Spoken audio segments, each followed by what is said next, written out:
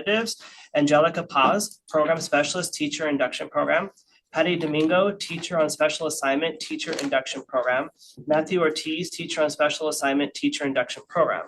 Does anyone need to recuse themselves?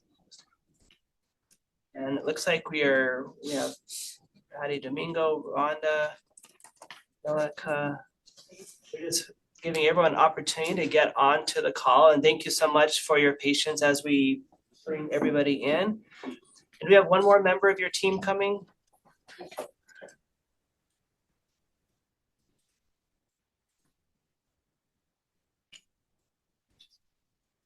Looks like we have everybody here. Excellent. Mr. Hattrick, if you could please begin. All right, good morning, committee members. I'm pleased to bring you agenda item 12 today, which discusses the site visit for Montebello Unified School District's Teacher Induction Program. The visit took place virtually from January 27th to 29th. I'd like to thank the program leadership for Montebello USD for their thorough preparation for the visit, their quick responses to requests for more information from the team, and their support and organization during the interview portion of the site visit. Our team did a thorough job of looking at all common and program standards and the evidence provided by the institution. I'll now turn it over to team lead Rhonda Munoz to discuss the findings from the visit. Good morning. I am Rhonda Munoz, team lead for the Montebello Unified School District Teacher Induction Program site visit. First, before I share out, I would like to thank a few people who were instrumental for our successful visit. Our CTC consultant, William Hattrick, provided guidance and supported us throughout the visit. Team members, Karen Rock and Tammy Ellie Cofford, who worked before, during the site visit so thoroughly and diligently. And then finally, to Angelica Paz, the induction coordinator for Montebello Teacher Induction Program, as well as her team, Patty Domingo and Matthew Ortiz. They were instrumental, and their planning and organization ensured that this visit went smoothly. So our site visit took place, and it was virtually on January 27th through 29th, as Mr. Hattrick said, and was a pleasant and professional experience from start to finish. Numerous constituents were interviewed during the visit, and the team was able to collect abundant evidence and review evidence for each standard, which led us to our findings. A few memorable highlights from the visit were that we were very impressed with the strong support that Montebello Teacher Induction provides to its teachers. Candidates expressed how appreciative they were for the individual support they received from their mentors, and shared out that they had accesses to resources that they needed to be successful, whether it was in the classroom or during their time in induction. Candidates also shared during interviews that they valued the opportunities that they had to be observed by veteran teachers, and in turn go and observe those veteran teachers. And something that came out loud and clear was year one candidates shared that they felt close and connected to their mentors. And I just want to state how positive this is for a January visit, because that's only halfway through the school year. So it shows that those strong relationships were being built from the start. My team was also impressed with the strong work of Angie Paz and her team. Notable strengths of this team included their communication with the induction candidates and how candidates felt that their voices were heard through the feedback and continuous improvement process. Candidates really honed in on this piece because they kept sharing how they felt their feedback about the program was taken into consideration by the team, and that they were able to experience those changes that were made based on the feedback that the candidates had given. So they were like, the team was really responsive. We said this, and then the next couple of times, this is what was happening.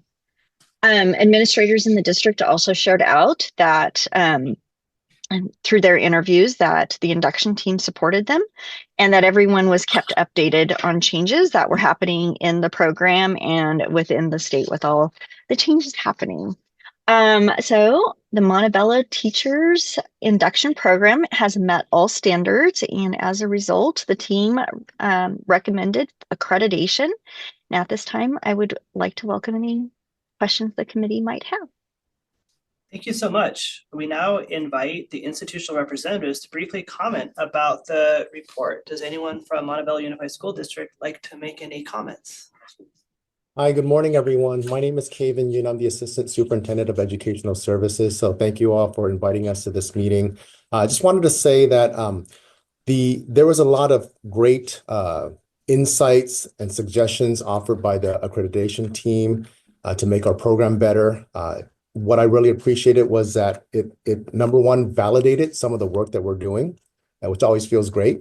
The second thing was that the feedback was really objective. It's like having just fresh pairs of eyes coming in and looking at our documents, talking to our people, and then coming up with themes and suggestions that really help push our program forward. And in our case, those suggestions help with efficiency and help with data collection. So, anything that we can do to help move our program forward is appreciated. My only wish was that we wish that it would have happened in person, because we would love to share our program in person and show off our people and our teachers. But the virtual format also worked. It was very efficient and everyone had their schedules. But overall, it was a great experience and we learned a lot from it on this end. And taking all the feedback to help increase the quality of our service for our teachers. Hello, everyone. My name is Angie Paz. I'm the program specialist overseeing our teacher induction program. It has been a journey since our last accreditation visit, but we're super happy that we have listened, and especially happy that we met all the standards. And I want to thank our assistant superintendent, Dr. Yoon, and my teammates, my colleagues, Patty Domingo and Matthew Ortiz, who really are doing the work with our teachers. And William has been a very resource in terms of guiding us to prepare. And Rhonda and her team have been extremely very helpful in just the interview process. This was done virtually, so it was really different in comparison to the last visit. But I think that we were provided a lot of guidance in preparing. So thank you so much. And I don't know if my teammates want to say any other comments.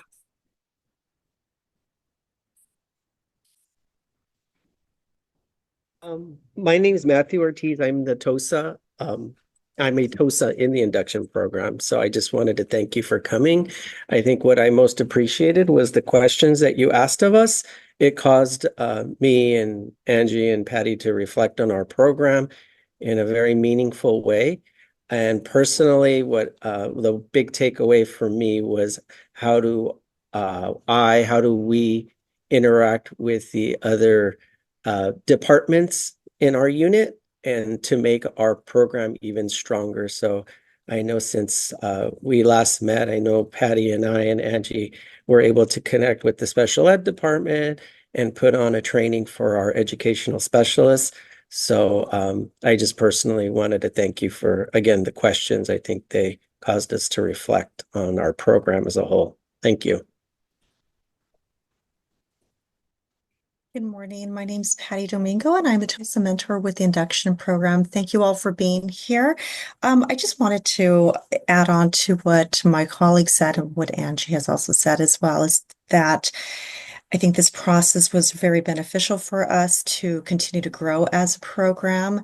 Over the past several years, we have really looked at all of the feedback that we've received from all stakeholders and really have tried to continue to refine our program and provide what we can for our candidates.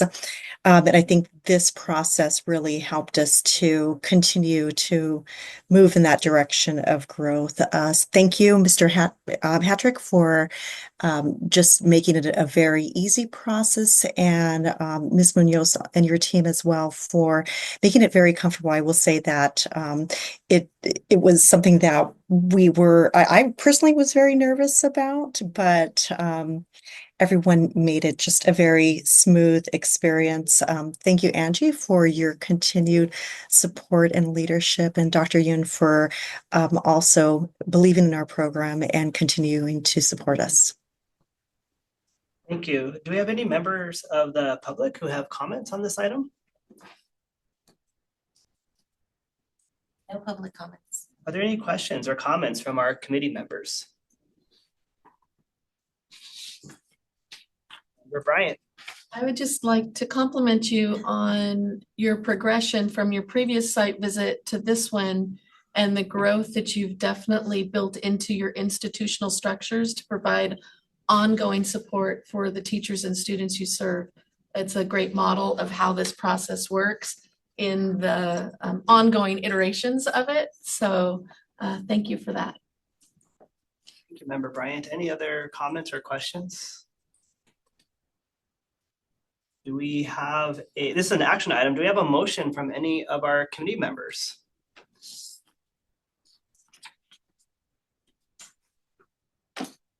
Member Hollis. I move that we accept the report and the recommendation of accreditation for the Montebello Unified School District. Thank you. Do we have a second? We have Member Jones. All those in favor, please say aye. Aye. Opposed, say no. Motion carries. Congratulations to all of you. I want to thank Ms. Paz, Dr. Yoon, Ms. Domingo, Mr. Ortiz, Ms. Munoz, and Mr. Hattrick. Congratulations to all of you and to your district. We're now going to move to item number 13. And this is the discussion of the 7th year report for Kern High School District. Consultant Jake Schuler will present this item. He is joined by institutional representatives, Dr. Mark Balk, Director of New Teacher and Migrant Support, Leanne Radatz, District Teacher on Special Assignment, Carrie Newman, District Teacher on Special Assignment. Do we have anyone recusing themselves? And we have Member Bryant. Anyone else? All right, Mr. Schuler, if you could begin, please. What do we have everybody here, first of all? I like Carrie's little logo. That's really cool. that is cool. Okay. I think there's one, two, three, 1, 2, 3. somebody coming Oh, I think we lost Carrie. That's a 3, yeah. Okay, excellent. Great. Very good. All right, thank you. You can begin. All right. Good morning, committee members, and welcome to our Kern High School District Induction Leadership Team, Mark, Leanne, and Carrie, who were introduced. I'd also like to recognize a member of the Kern Induction Leadership Team that was part of the team at the time of the site visit, Laura Whipple, who was a big part of the preparation and success for the visit. The Kern High School District site visit took place in October 2023, and following the site visit at the January 2024 COA meeting, COA assigned the status of accreditation consistent with the recommendation of the site visit team. The COA also required Kern to submit a 7th year report addressing 2 standards which were found met with concerns at the visit. The first standard was Teacher Induction Program Standard 5. And while the team found evidence of procedures for candidates to repeat portions of the program, there was no evidence of the written appeal process for candidates as required in the standard. In response to this finding, the Kern Induction Leadership Team added the written appeal process to their website for candidates and made it available to candidates to utilize as necessary. The next standard was Common Standard 4, which, as you know, is all about the unit's continuous improvement process. And while the team found evidence that the program reviews completer data, it was not evident through documentation or interviews as to how the unit uses this information for program improvement. In response to this finding, Kern induction staff have met monthly with their joint committee and quarterly with their assistant superintendent of instruction to address issues of program improvement based on data. I'm now going to stop there and turn it over to Mark, Leanne. We'll go with Mark and Leanne. Oh, there's Carrie, to provide further comments. Thank you, Jake. My name is Mark Balch, Director of New Teacher and Migrant Supports for the Kern High School District. I'd first like to thank the Commission for the opportunity to go through this review process. We found it both simple to follow and very constructive in the recommendations. I'd also like to very much thank Jake for his work to make this process so clear and easy for our team. We've found working with Jake has just been wonderful. We're proud of the work the Kern High School District Induction Program did and continues to do and specifically the excellent work that Leanne and Laura did in producing a well-written and well-produced report that the committee was able to review. I was relatively new to the position at the time of the visit last year, but these two teacher leaders continue to provide excellent guidance and support for teachers new to the Kern High School District, and that was shown through the review. For the two items that the committee found that were met with concern, we've been working hard since the visit to fully address those. I believe they are fully addressed, and I'll hand it over to Leanne to more fully explain. I'd also like to thank the commission for everything that you've done, and Jake, your leadership through this program was really helpful to us. So I want to thank you very much for everything you provided. The report was important to us. One of the things that we have felt as a program was something that we felt that the program needed assistance in kind of plugging that hole. So we really appreciate that when we went through the review process, it was also apparent to our reviewers that while we communicated regularly and meaningfully within our program, with our mentors and with other important stakeholders, the communication outside of our bubble seemed to not be there within our district. We are very siloed in that sense. So this offered us an opportunity and the impetus behind it to get other people on board and understand that we needed to be having some conversations and that we needed the input of others outside of our program. I love the fact that they think we run a great program and people don't feel like they need to put their stamp all over it. But it is important that we have all of our partners listening to what we are doing and providing input on the ways that we can continue to support our new teachers and grow the health of our teaching staff in our district. So I want to thank you so much. So what you see in the report is the result of that communication. So thank you. Thank you. And anyone else from the institution? Are there any public comments on this item? No public comments. Are there any questions or comments from any of our committee members?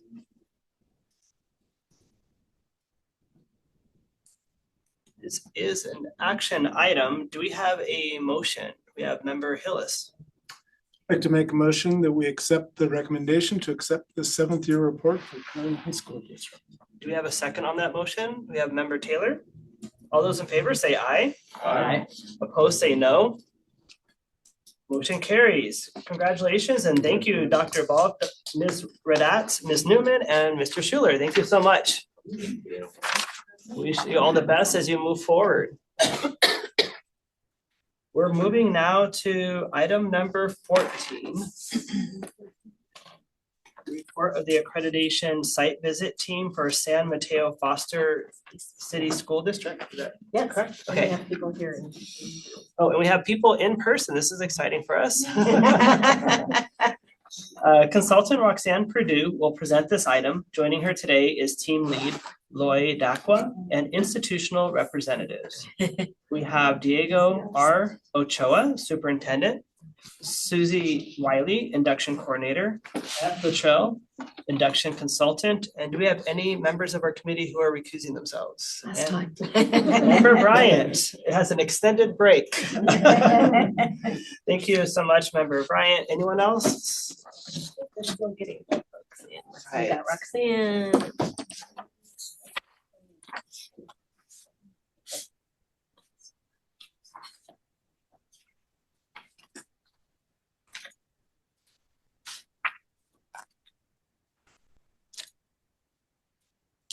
Y'all, do you see Beth?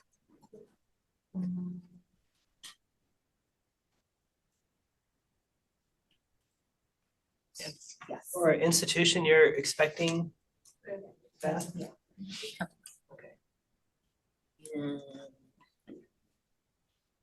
There's Beth. All right, great. All right. I think we have everybody. Is that everybody? I think so. All right. Thank you so much. So Ms. Purdue, if you could please begin. Thank you. Good morning, COA members.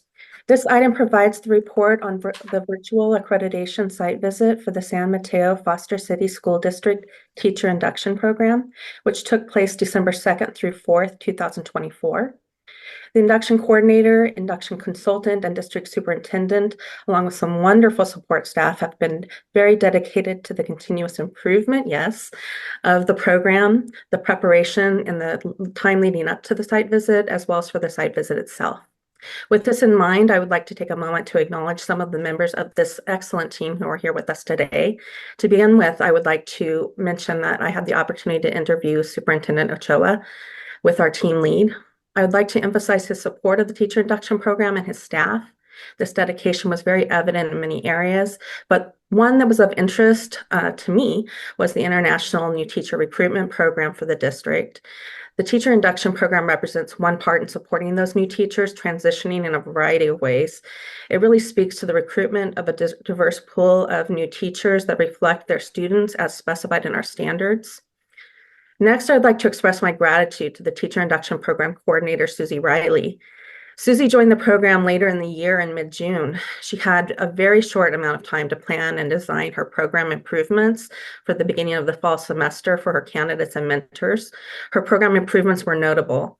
At the same time, she learned about the accreditation process and prepared for the site visit in December of that same year.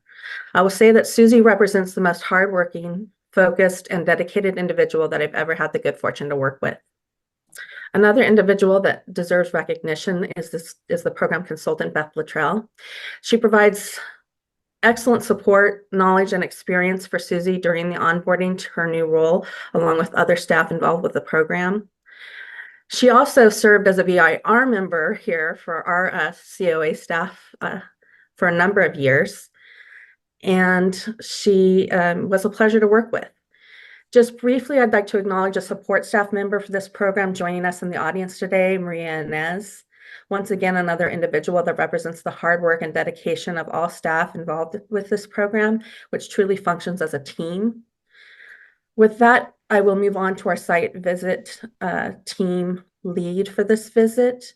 I'd like to thank the whole team, actually. I'd like to thank the whole team, all members of the team serving as volunteer peer reviewers, and we could not continue to conduct these accreditation site visits without them. As a final note, I'd like to especially thank and acknowledge our team lead, Dr. Lloyd Dakwa. Lloyd and I have had the opportunity to work with one another in the past. She's always organized, dedicated, focused, and professional in supporting the program and guiding her team. With that, I'd like to turn this report over to her now. Lloyd? Thank you, Roxanne. Good morning, COA members. My name is Lloyd Dakwa, and on behalf of the accreditation site team, which includes Carrie Sotro, Ellison Beach, and myself, we appreciated the opportunity to serve as the team for the San Mateo-Foster City School District. With Roxanne Purdue as our consultant, we benefited greatly from her expertise and professionalism that significantly contributed to our deliberations. Before diving into our findings, I want to acknowledge the passion, dedication, and optimism of induction coordinator Susie Riley. She went above and beyond to ensure a smooth accreditation process, demonstrating patience, collegiality, and commitment to supporting candidates and mentors. Despite being new to her role, she navigated the complexities of accreditation with an amazing determination to succeed. I also want to acknowledge Beth Luttrell, a retired induction coordinator and consultant whose historical knowledge and guidance were invaluable throughout the process. I see that Superintendent Ochoa is here, and that says quite a bit of his commitment. From the start, it was clear that San Mateo-Foster City School District takes its strategic pillars of achievement, equity, and wellness seriously. Superintendent Ochoa and educational partners across interviews reinforced this commitment, emphasizing that the induction program is essential to teacher retention by fostering professional growth and support for beginning educators' social and emotional well-being. To provide some insight into the process of our thorough evaluation, the site team conducted 4 online meetings prior to the visit. First, we introduced ourselves, try to get to know each other a little bit better, share our professional backgrounds, and familiarize ourselves with the institution's program documents. Secondly, we independently review the report and reconvene to develop clarification questions for the institution, which they willingly and readily provided responses to enable our clarification. And then finally, we refined our interview schedule to ensure that there was diverse representation among all our constituent groups. Once the visit started, we conducted our interviews with the program leaders, institutional leadership, candidates, mentors, and educational partners who all confirmed much of what we had gathered from the program documents. Candidates spoke highly of their induction experience, citing strong training, resources, and intensive support. As Roxanne mentioned, I'd like to highlight a distinctive feature of the San Mateo-Foster City School District Induction Program, which is its inclusion of international teachers from the Philippines. This addresses the staffing shortages in special education, and the teachers being there also enriches the district's cultural diversity. These teachers appeared highly engaged in their employment at San Mateo-Foster City School District and serve the community with pride. After a thorough review, we found that all standards were met. Nevertheless, given the recent transition in leadership, we recommend full accreditation with a 7th-year report. The rationale for recommending the 7th-year report is that the transition occurred mid-year, and while the infrastructure for a high-quality program is in place, more time is needed to record evidence for full implementation. Several highlights of program strengths appeared or emerged during our visit. The first one is a committed leadership. The district leadership demonstrates a strong understanding of and commitment to the induction program, actively working to recruit, support, and retain high-quality educators. Support for the induction leader is strong, and the superintendent expressed that consultant Beth Lytrell will continue in her role. There's also strong division alignment. The program's placement is in the Educational Services Division, which fosters effective communication among district leaders, curriculum directors, and mentors. And they all closely collaborate with student services. The third one is inclusive governance. The governing board reflects a diverse range of perspectives, including administrators, mentors, candidates, and a university representative, all ensuring a comprehensive approach to program evaluation and continuous improvement. Overall, we found a well-functioning induction program that supports candidates through job-embedded goal setting, inquiry cycles, and professional learning opportunities to strengthen teacher efficacy. Given the program's infrastructure and leadership commitment, we confidently recommend full accreditation with a 7th-year report for the San Mateo-Foster City School District. Thank you. Thank you so much for your report. We now invite the institutional representatives to briefly comment about the report. Would you like to begin? I would like to start. Thank you very much. Two remarks from me. The first is a thank you to everybody who serves on this commission. Some of us have been around long enough to have sat in the seats that you're in. And it's a lot of work. It's a lot of time. And I'm very sentimental about public education. I think that it is a very beautiful thing to open our doors to every single child who comes to this country, no matter where they were before. So when you think about that, and you think about having college professors and having district directors and having educators who you all put, collectively, I don't want to give away your age, but a couple hundred years of experience in the business. It's an incredible thing to think about us holding ourselves accountable to help the people who have the most important job in our entire profession, the teacher, individual with children every day. So thank you for that. And then the second thing for us is our induction program is part of a whole movement to achieve equity. Everything that we do is about publicly announcing that we believe we can do better for kids, namely children with disabilities, children with fewer economic resources, children of color, LGBTQ plus children. And I am just really proud to work in a school district that talks about that and more importantly, does something about that. And this induction program visit reinforced all of our efforts to do so. And imagine my luck, the last two people I had to work with were Beth Luttrell and now Susie Riley. So I'll pass it over to Susie. Thank you so much.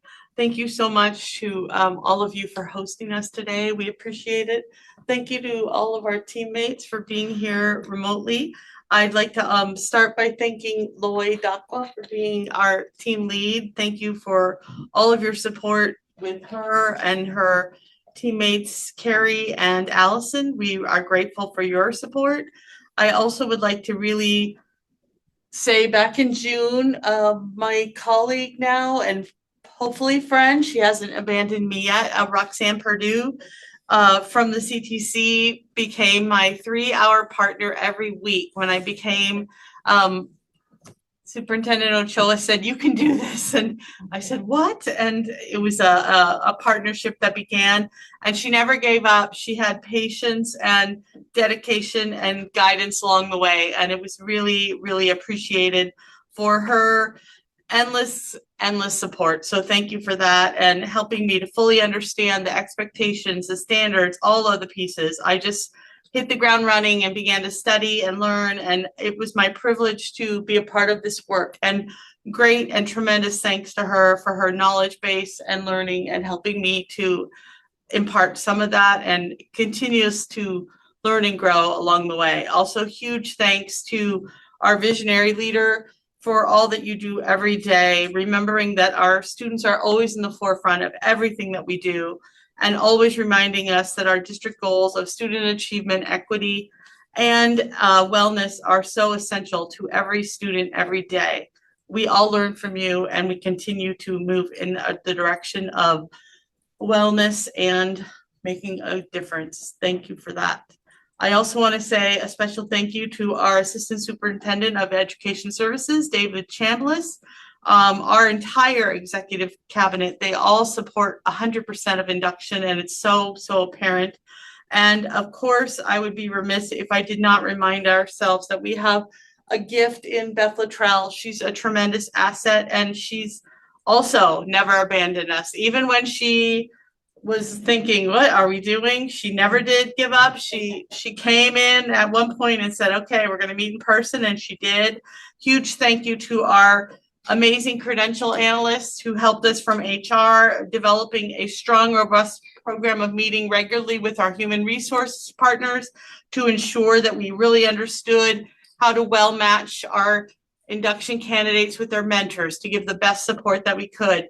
And I really want to shout out to Maria Nez, who is a tremendous asset and huge support to our program. And just knowing that what we do every day is better for her guidance and kindness of what she brings. So I thank you for that. Our induction work continues to grow and improve, and we are grateful for all of the support of our team.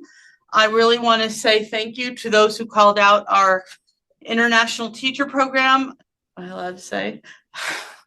We're growing our program. We're very excited that this spring, our first cohort of our international teachers from the Philippines will be completing their credentials, which is very, very exciting. We're thrilled for that. And we're also very excited. Now, am I allowed to say? Okay. Having another cohort, we're going to be recruiting another group of teachers from the Philippines, which Ms. Dakwa shared that we'll be filling hopefully some more special education positions, education specialists, and also very excited to share, still allowed to share, that we are looking for some dual immersion teachers to fill in from Mexico City and from Guatemala. So we're very, very happy to have that coming our way later this spring. And just overall, I want to thank the entire commission and all of you for allowing us to be here today.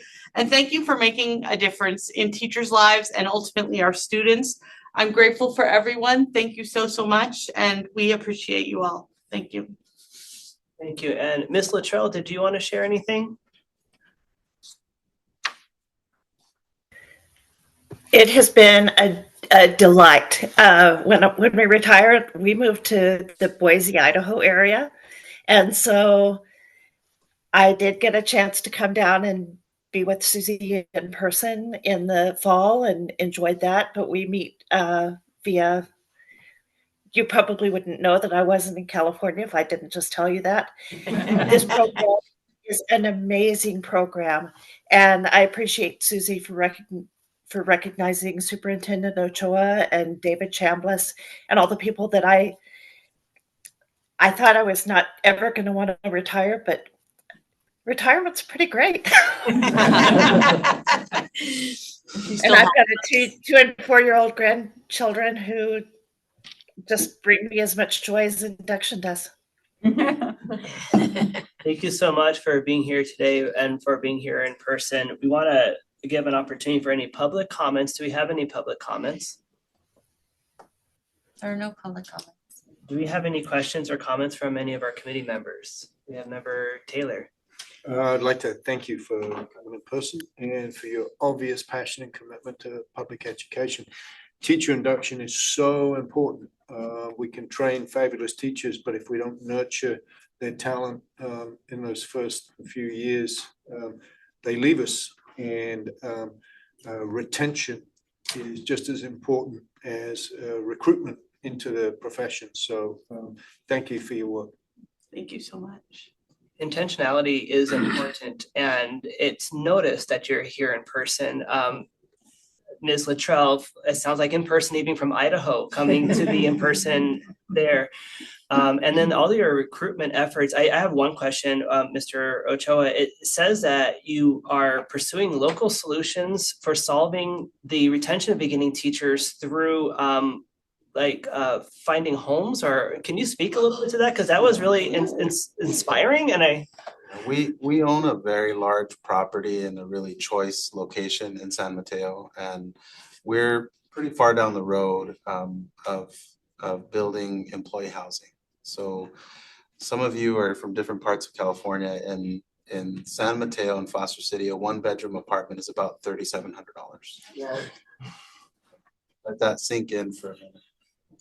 So if you're 26 and you're doing everything you can to make ends meet, that pretty much says you can't live there.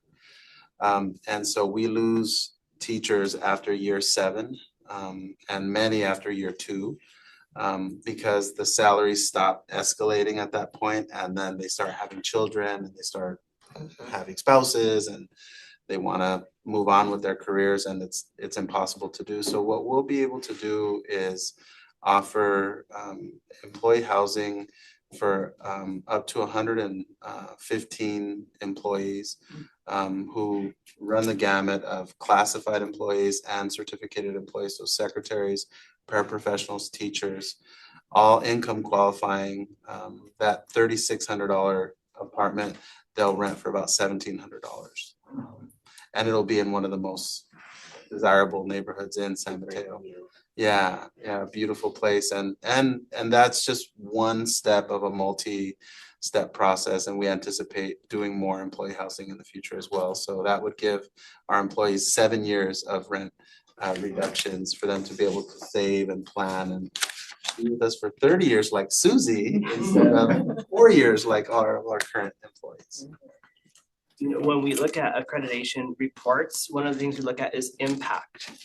And that just speaks volumes to the impact that you're making. And I, again, appreciate you being able to share even more and being here today to talk about that impact you're making in your community. And one thing to mention is you can probably guess, not everyone will celebrate our efforts to build these 115 students. There will be considerable pushback, but because we have a systems approach to everything we do, we have the requisite strength in the community and political support to move forward, because the process, we're in the Bay Area, will be, to say it's an uphill, it's actually at the top of the hill, an uphill battle. Yes, it'll be a very uphill process, but we're gonna get there.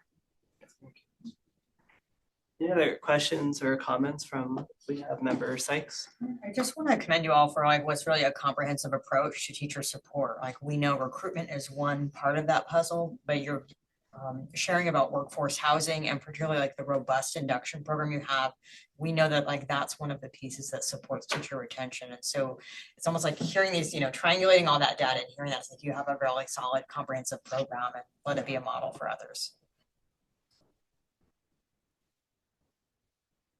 Any other members?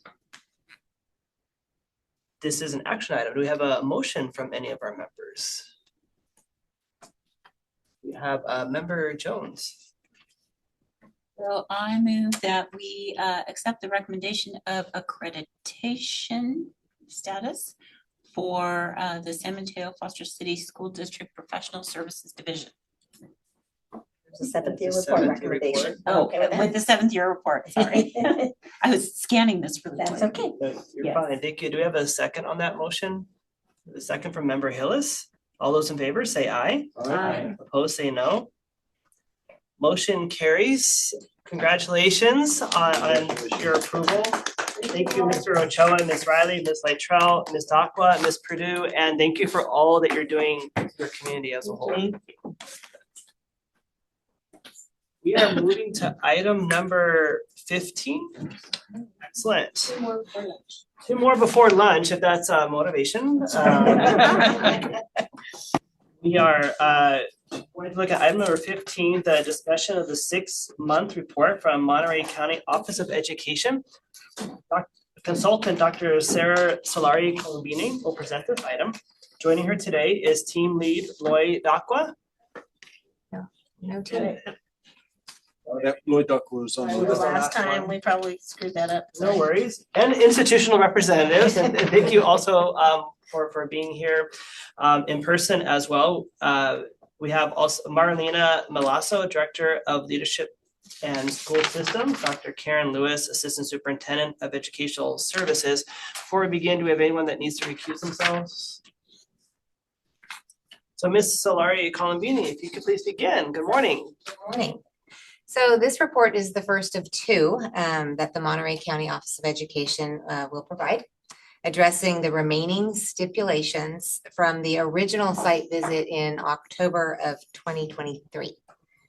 The 9 stipulations that the site visit team determined still remain as of October of 2024 of that revisit were a result of timing, since they relied on the institution's ability to gather data or provide training to mentors and coaches during the year.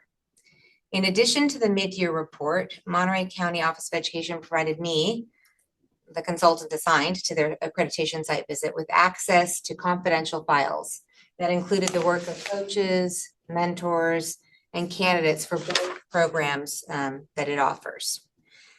I was able to review the ILPs and the IIPs and the log that documents all of the time that coaches and mentors spend, along with the content covered in those meetings between coaches and mentors and their candidates. And in addition, with the structured system that Monterey County has built, feedback is provided to the candidates, feedback is provided to the mentors and coaches within that system that includes the ILP and the IIP. And it's feedback around the coach's goals, around the candidate's progress towards mastery and coaching practice.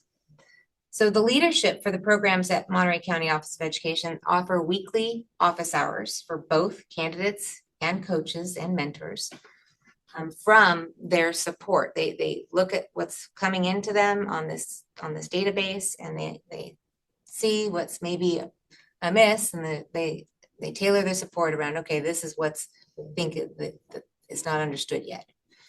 A review of the ILPs and the IIPs showed that the candidates all have individualized goals. And they're working towards those goals with the support of their mentor or their coach, depending on which program it is. Included in that mid-year report in front of you is the executive summary of the evaluation that was completed by the outside agency that Monterey uses to collect information about the induction programs it offers. So Monterey is collecting data on their own, but they still are contracting with that outside agency. And that outside agency works with Monterey to maybe develop the questions to collect information, and they're fine-tuning that question bank. Like what is it that we want to know? What is it that we want to ask? As Monterey County builds its network of support for its candidates and mentors and coaches, the survey results show that they have made significant progress in a short period of time. Okay, so of note, candidates report that they are addressing their respective performance expectations, whether it be the capsules or the CSTPs. The evidence that has been shared by Monterey County warranted a recommendation to remove some of the stipulations.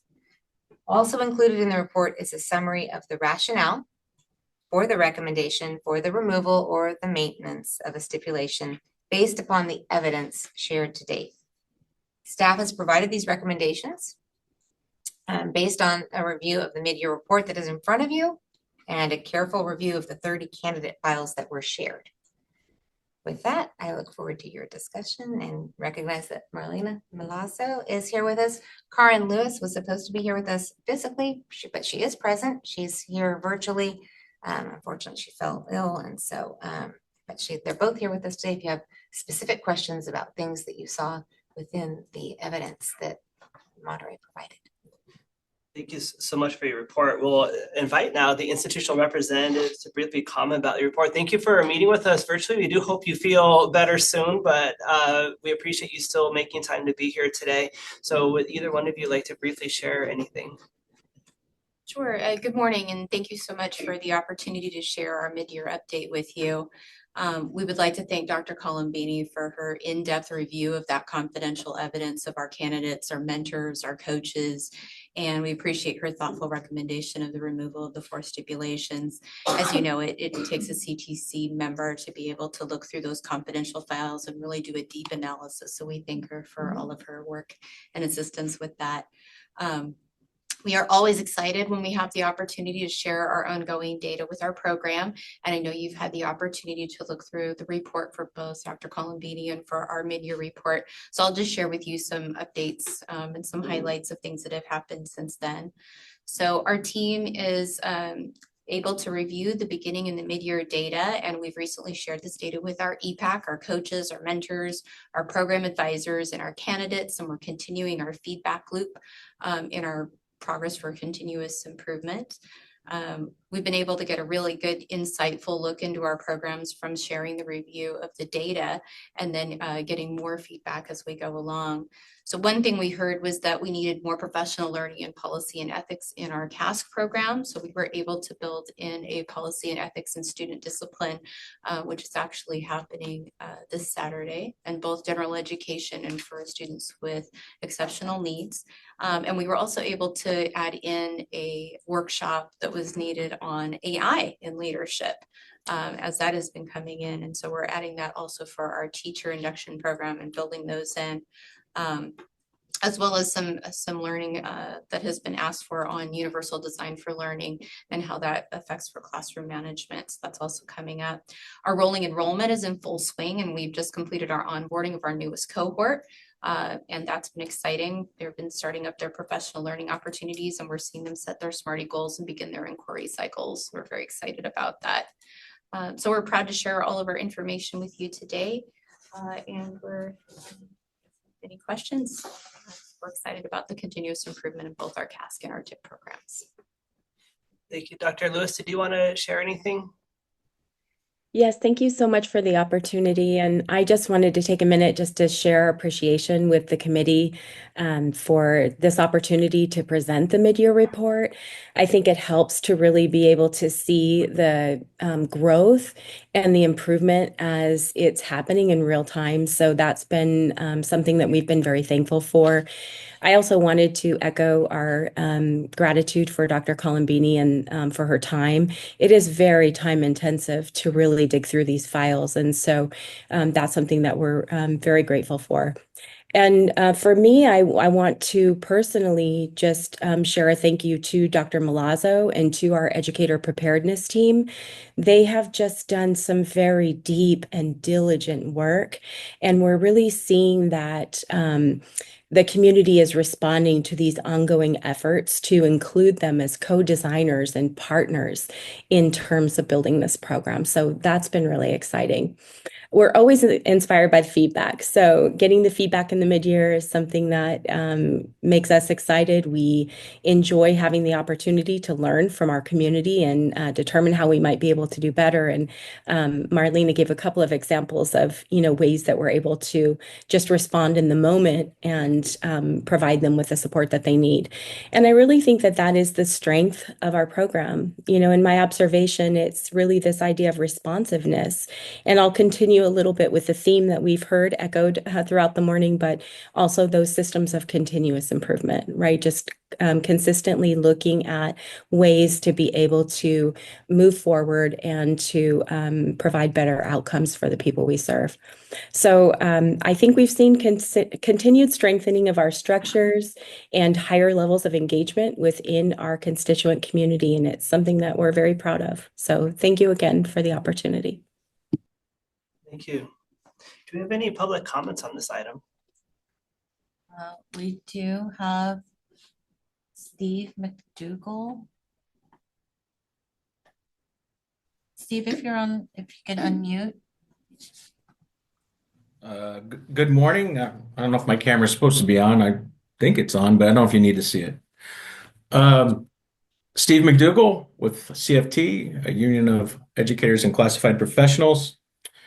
I want to thank the committee for their work in looking at the report and delving into it regarding MCOE's programs.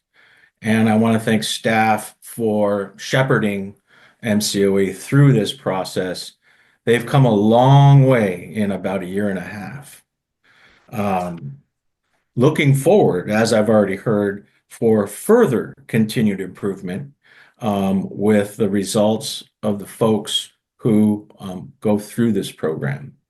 And hearing that this upcoming weekend will be a module or training or whatever it is on student discipline and ethics, be sure to include the aspects of relatively new 48900.5.bravo. It is my experience in the Salinas Union High School District that the message has not been delivered on administrators' obligation to reach out back to folks who refer students for behavior intervention within that 5-day timeline.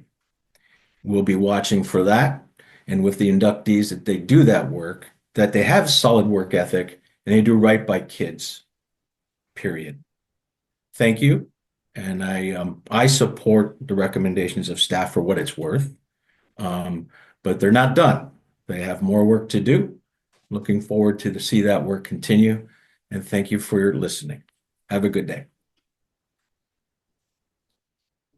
Do we have additional public comment? No more public comments. This is now an opportunity from our committee members if there are any questions or any comments. Member Taylor. The huge growth from where we started, and I'd like to congratulate everybody for their work on this massive accomplishment. There's now a lot of documentation to look through, and I looked through a lot of it, and there's a depth and complexity to the materials, to the submission, to the work now that is required in a program like this. feedback is critical. Our feedback is less critical than the feedback of the students and the community with which and in which you're working, and it's evident that that is present now. So it is, yes, there's work to be done. There's always work to be done, because that's what this work is about.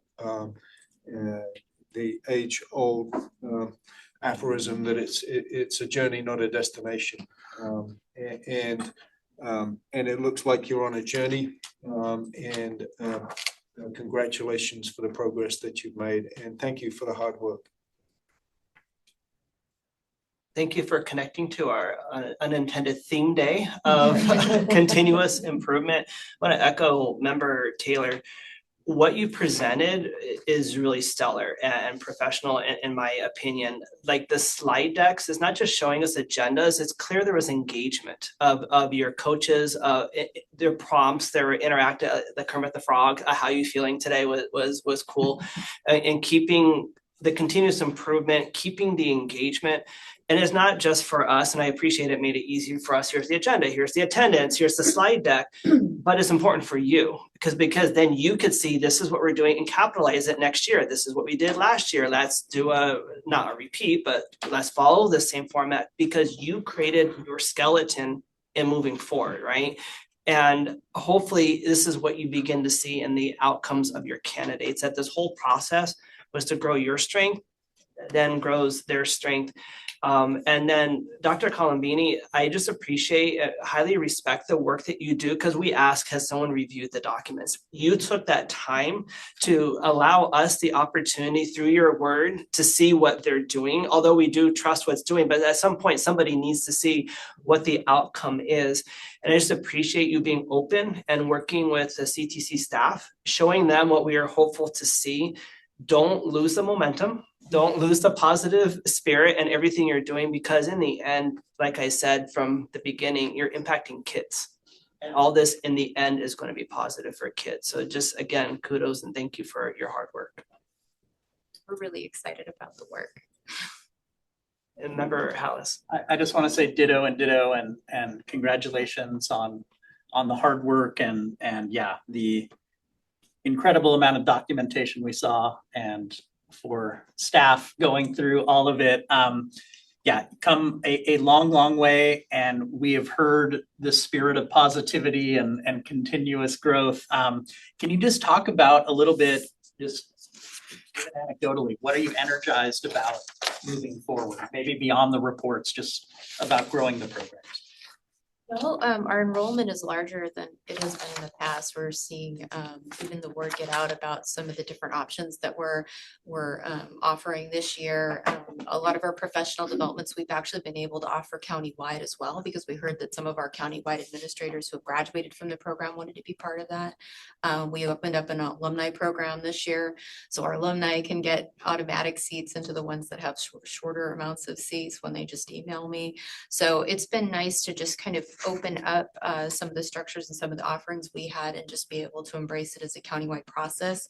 Is as part of that continuous improvement. We want our teachers and our new administrators to be able to come in and then to utilize those resources as they go on. So that's one thing that we're really excited about is building on what we have that seems to be working, and then taking that feedback. We like that we're having so many different types of feedback loops coming through, and that we're able to get the data so quickly so that we can make small adjustments as we go through the program. So we obviously do our end of the year survey and the exit survey, which you'll see at the end, and our mid-year survey. And those are our big points where we're making those big adjustments for the year. But those small surveys that we have all year, and those individual conversations that we've been having all year, we've really made it a point as a staff, and I want to really thank my team. We have all been individually meeting with our candidates much more frequently and with our mentors, which we did before, but we've really made it a point to gather data and to do some empathy interviews as we've been going through there. And I feel like we're getting down to a science where we're able to make those changes on the fly, so that we can really make it better as we go along. So it's exciting. Thank you. Any other members? We have Member Sykes. I just want to again commend you on just like the volume of information you provided us and the format that it's in. It really is that like, show not tell piece that we're always looking for, and just seeing like the detail and the PowerPoints, it really gives us a good story of like what you've been in and what you're working on and working towards. So just acknowledging that, I know it's a big lift, and it's great to see this at this point. I loved your words. It painted a picture, told a story. And I think that's that clarity that we have been looking for as a committee. But more importantly, it paints that story and picture for your candidates and for your coaches and mentors, I'm sure.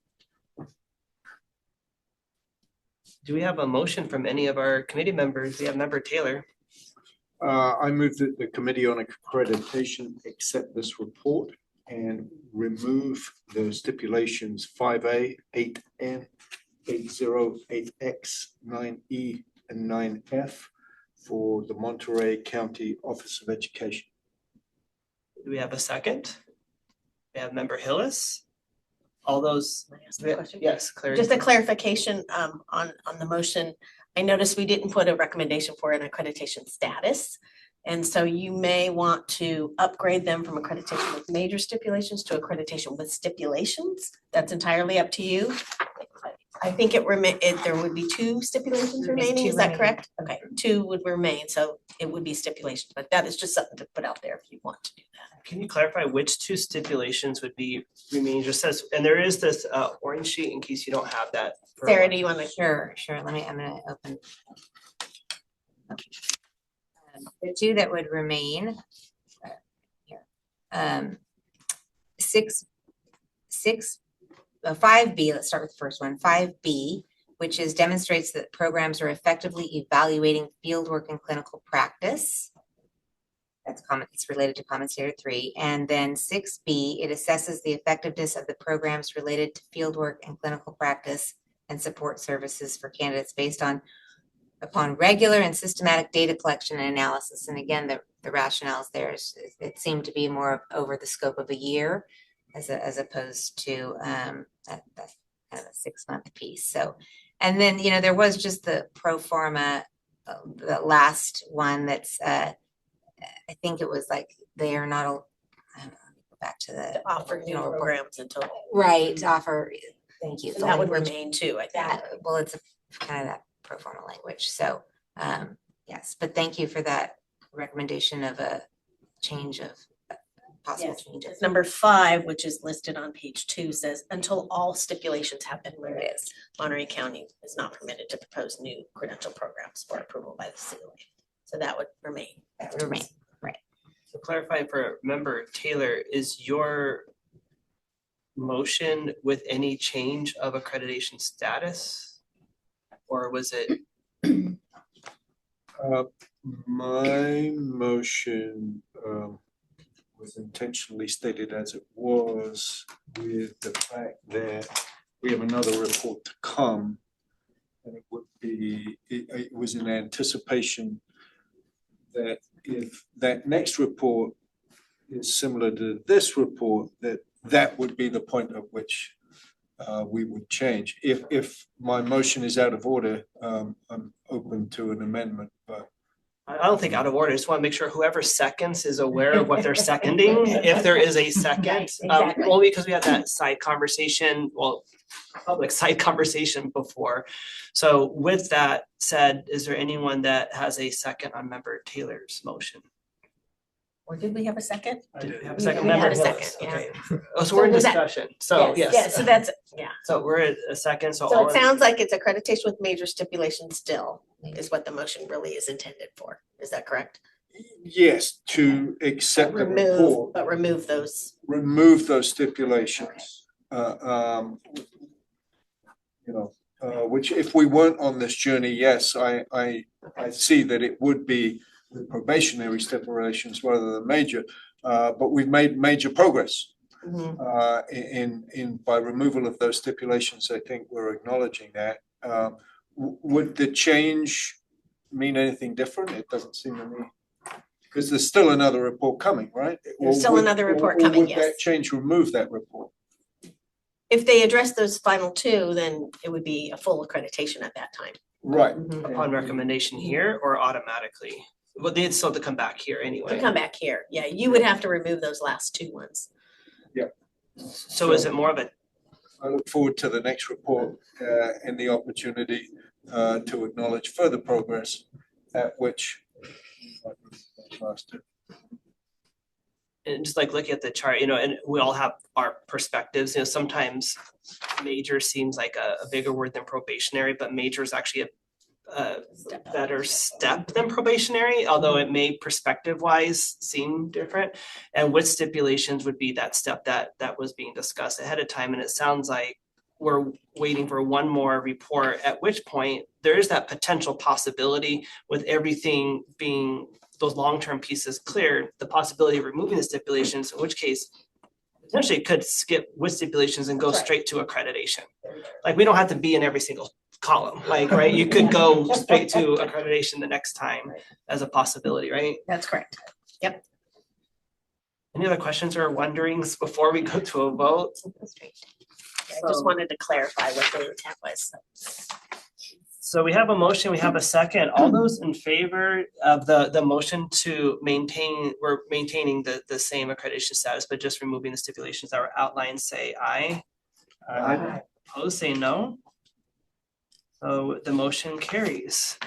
Want to thank you being here virtually, especially when you're not feeling well. I do hope you feel better soon, and thank you for being here in person. It does speak volumes when you are here in person and able to be here. Thank you, Dr. Lewis, Ms. Palazzo, and Dr. Colombini as well for all of your work. Thank you very much. You're welcome. Okay. Oh, okay. I have All another right. item. Thank you, Sarah. So we're on item 16, I believe.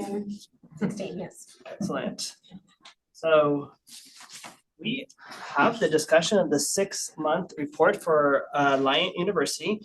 And Dr. Sarah Solari Colombini will present on this item. Joining her today will be our institutional representatives, Dr. Tracy Heller, Provost and Executive Vice President for Academic Affairs, and Dr. Christy Pruitt, Dean, Accreditation and Quality Assurance. It looks like we have you both here. Does anybody here need to recuse themselves? Does not look like that. So Dr. Colombini, if you can, welcome back, if you could begin. So again, so let's see here. Okay, so agenda item 16 is the 6-month report for Alliant University, International University. And presented in this report is a plan of action that includes links to evidence of actions taken by Alliant International University to address the stipulations from their April 2024 site visit. A revisit has been scheduled for March 25th to the 27th, that's next month. And so much of the misalignment between the programs and the standards involve implementation of systems of support that affect candidates. And this is why a revisit was important. The voice of the candidate really needed to be included in addition to the evidence of the processes that you have in front of you. So you've got some links to some evidence that have been put into place. So in addition to hiring new staff that you see for the purpose of supporting new candidates, Alliant has revised their onboarding process to be more personalized.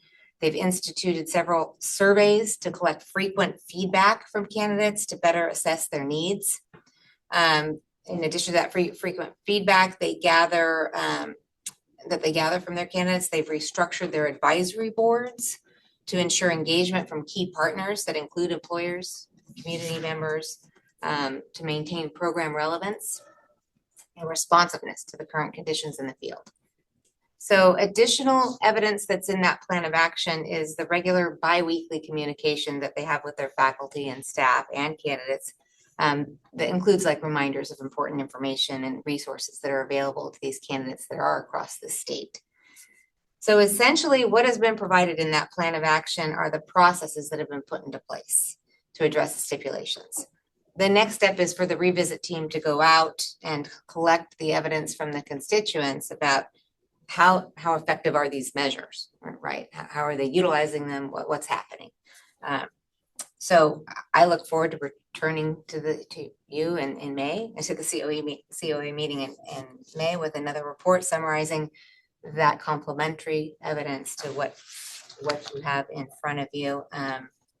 And so we, at this point, staff is recommending that you accept the report as the work that Alliant has performed to date to address the stipulations, and anticipate bringing an additional report to you in May. Thank you. We now have an opportunity for our institutional representatives to briefly comment about the report. Would anyone like to make any comments? Good morning, and thank you, commission members on accreditation. Thank you so much, Sarah. We also thank our CTC support team. I have team members here with me, and we would like to just share briefly that since the site visit, CSULB has worked diligently toward continuous improvement and toward increasing two-way communication and engagement with our candidates and our constituents. This process has provided us with an opportunity to increase collaborative efforts for focusing on improved support systems. We've also increased awareness. It's increased awareness for us for the importance of feedback, for guiding changes, and for utilizing diverse forms of communication, which again further increase the feedback and engagement. Our leadership has supported CSULB to ensure that additional resources are in place. Again, to support our programs, our candidates, and our district employed supervisors.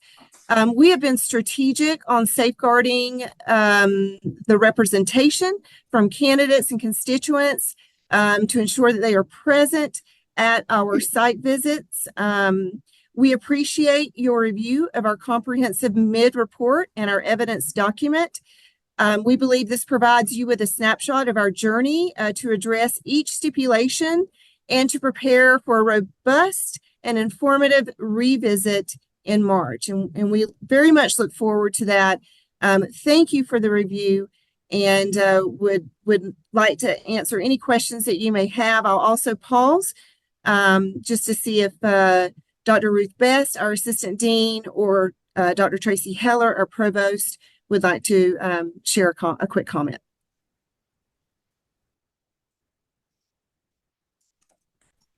I echo what Dr. Pruitt said in terms of thanking the commission, as well as especially Sarah, who has guided us through this process.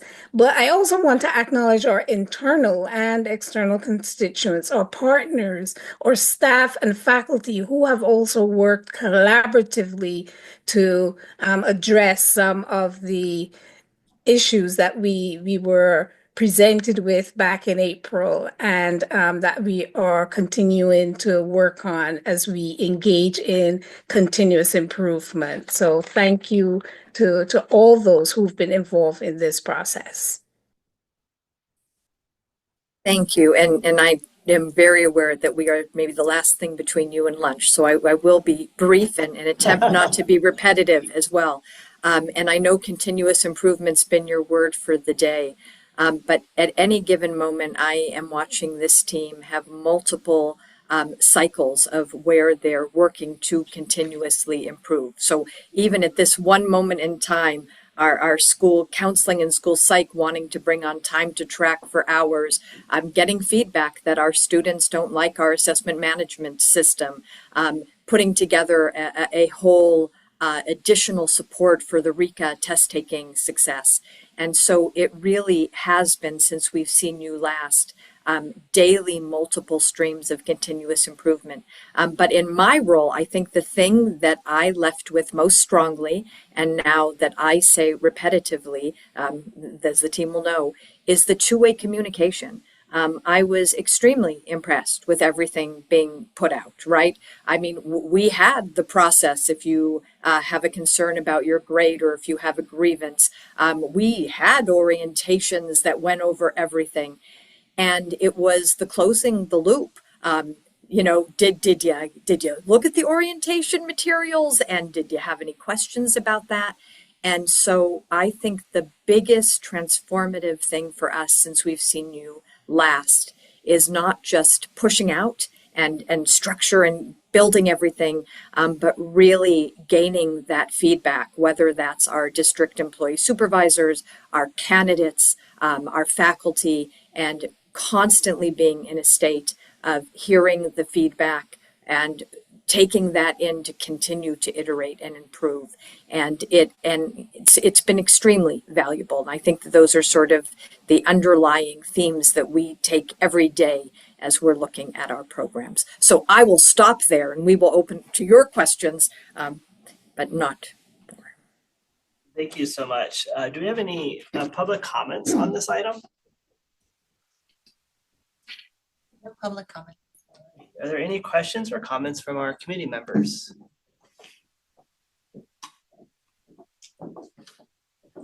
Member Taylor. I'd like to thank the team for leaning into our theme for the day, continuous improvement. No apologies. I mean, it really is important. But I did get the sense that you truly were engaged in that work. I'd like to thank Dr. Colombini for another very comprehensive and easy to follow report. And wish you luck with your upcoming site visit.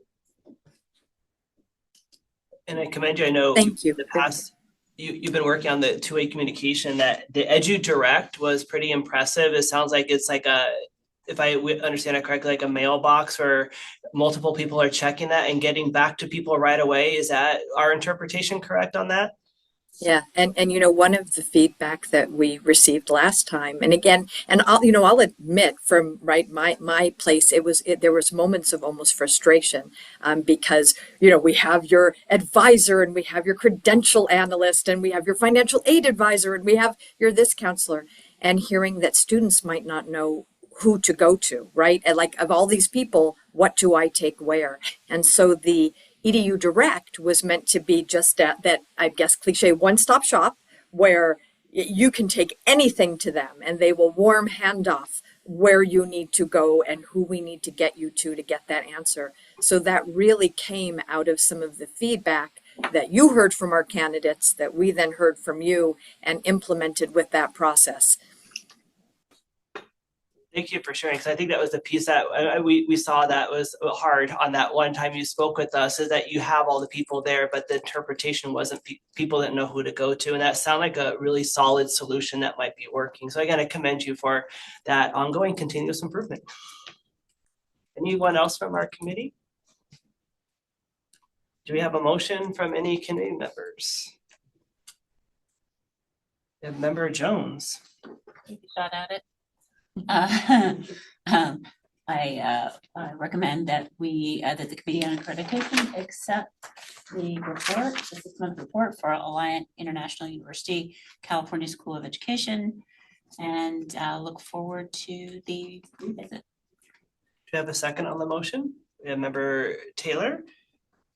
All those in favor say aye. Aye. Opposed say no. And motion carries. Congratulations. And we echo also, we wish you the best in the upcoming revisit. Thank you, Dr. Heller, Dr. Pruitt, Dr. Colombini. Thank you all very much. And we look forward to seeing you in person next time, post-site visit. But enjoy your afternoon and lunch, everybody, and have a lovely day. Thank you so much. Bye-bye. Thank you. With that, are we now going to adjourn for lunch? For lunch, yes. And so our next, I think time thing is at 1 o'clock. So do you want a little bit more time for lunch? I don't know how long it takes the cafeteria across the way here you want to break until 1:15? Does that sound good for everybody? We'll give a full hour? Everybody know. For our commute time? So 1:15 we'll be back. 1:15, yep.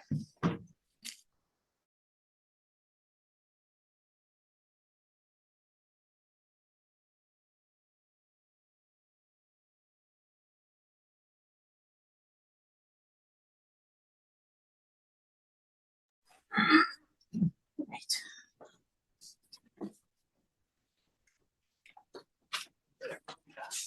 Have everybody back? And we're going to item number 17. We're back from lunch. Are we set to begin? Everyone's good?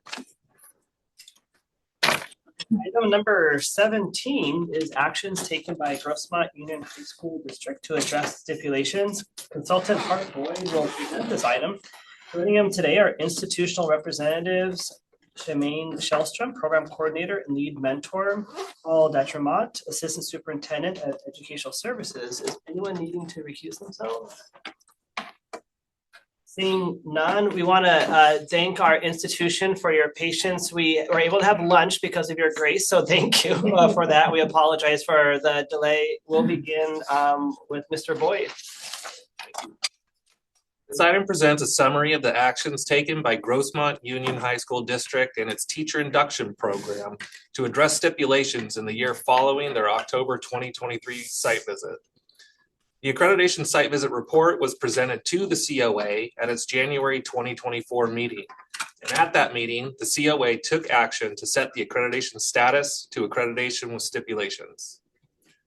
There were 4 stipulations that the district had to address, and these stipulations are noted on page 1 of this item. These stipulations centered on 2 common standards and 2 program standards. The first stipulation requires GUHSD to provide evidence of regular and systematic collaboration with external constituent groups to improve educator preparation. The second stipulation asks that GUHSD provide evidence demonstrating its positive impact on teaching and learning in California schools. The third and fourth stipulations concern providing evidence on the updates to the ILP document and development process. Summaries of GUHSD's actions taken to address these stipulations are provided on pages 2 and 3 of this item. Links to GUHSD's full report have been provided on page 1 of the item. Staff recommends that the COA remove the 4 stipulations and change Grossmont Union High School District's accreditation status from accreditation with stipulations to accreditation.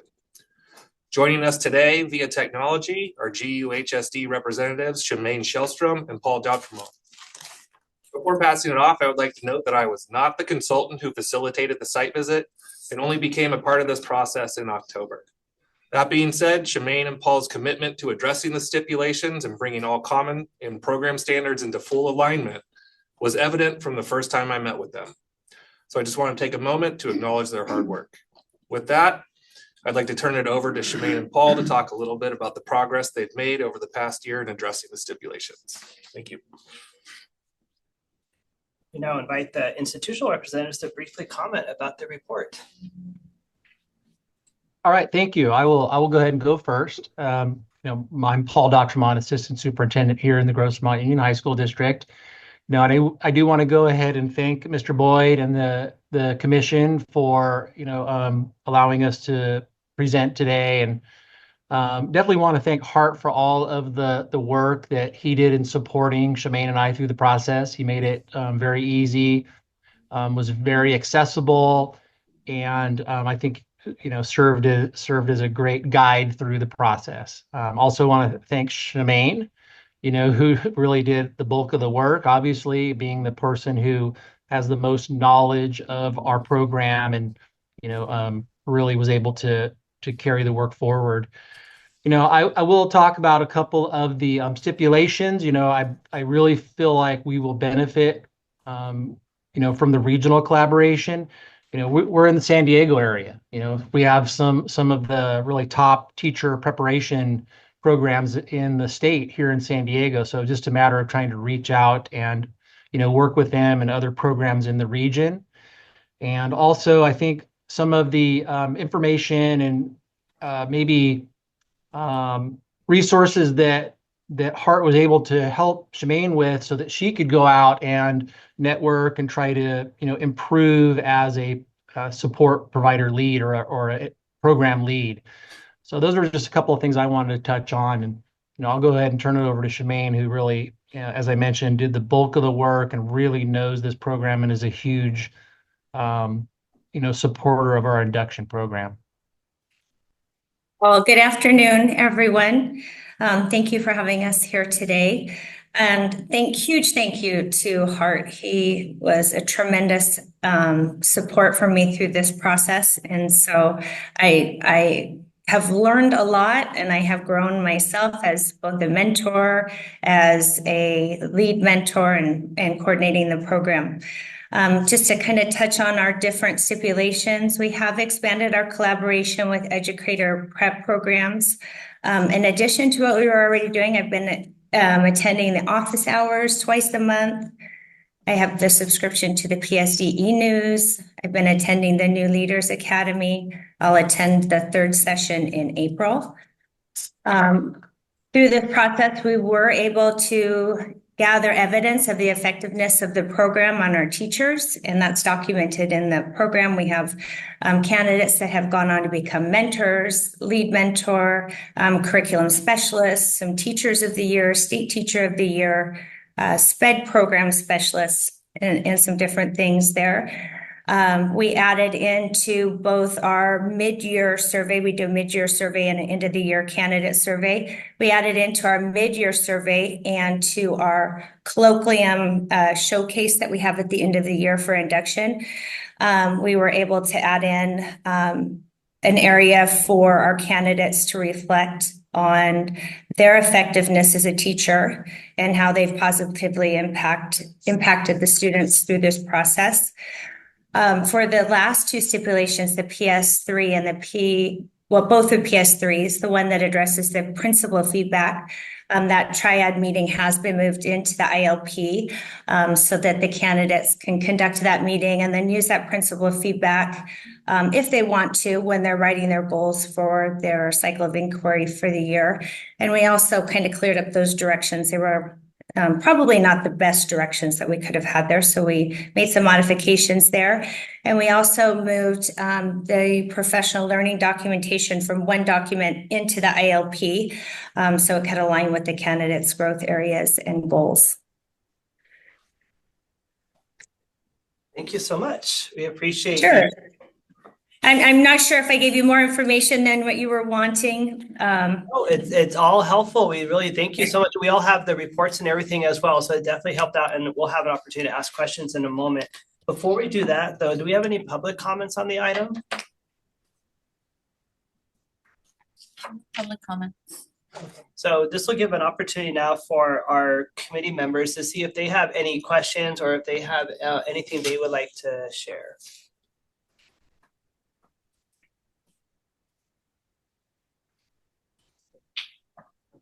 So with that, this is an action item. We wanted to see if we have a motion.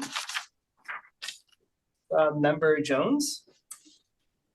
I move that the Committee on Accreditation accepts Grossmont Union High School District's report addressing their stipulations, remove the stipulations, and change their accreditation status from accreditation with stipulations to accreditation. Do we have a second? We have Member Hillis. All those in favor, please say aye. Aye. Opposed, say no. Motion carries. So congratulations. So to answer your question, through all of your hard work, dedication, your presentation today, and what we have, you have no stipulations and full accreditation. So congratulations. Thank you. Thank you so much. Thank you. Yeah, again, thank you to Hart.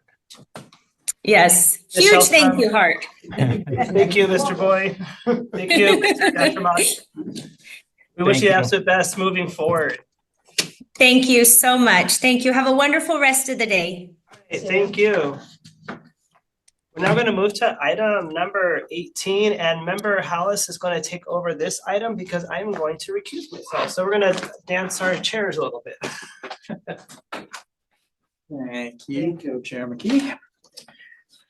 All righty, item 18 is the discussion of the 7th year report from Chino Valley USD.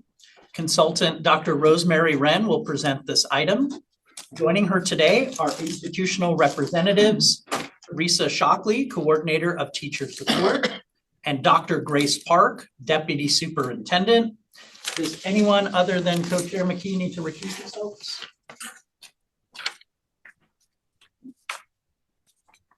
We have everyone with us. Great. Dr. Wren, will you please begin?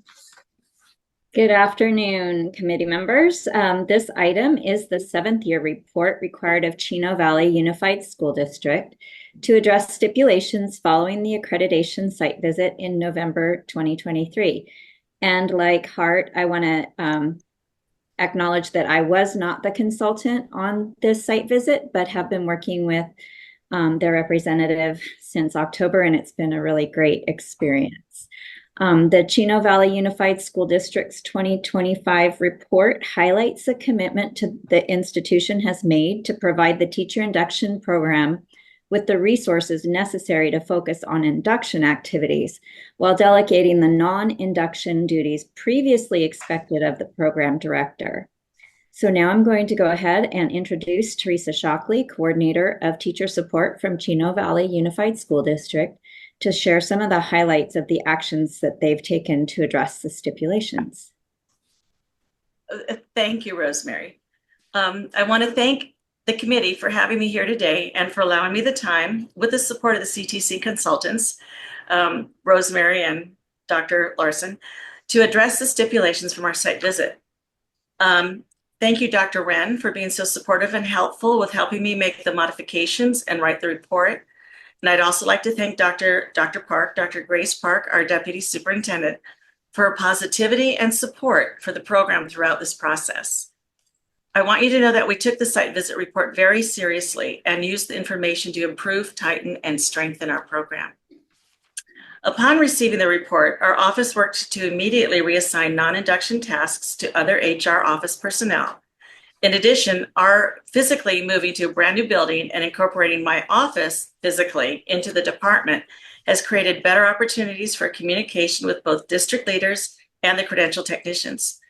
Our program is funded through LCAP, and I was given approval to use some of those funds to provide stipends to mentors for additional help with program tasks, such as reviewing candidate submissions and building a website for a mentor resource hub.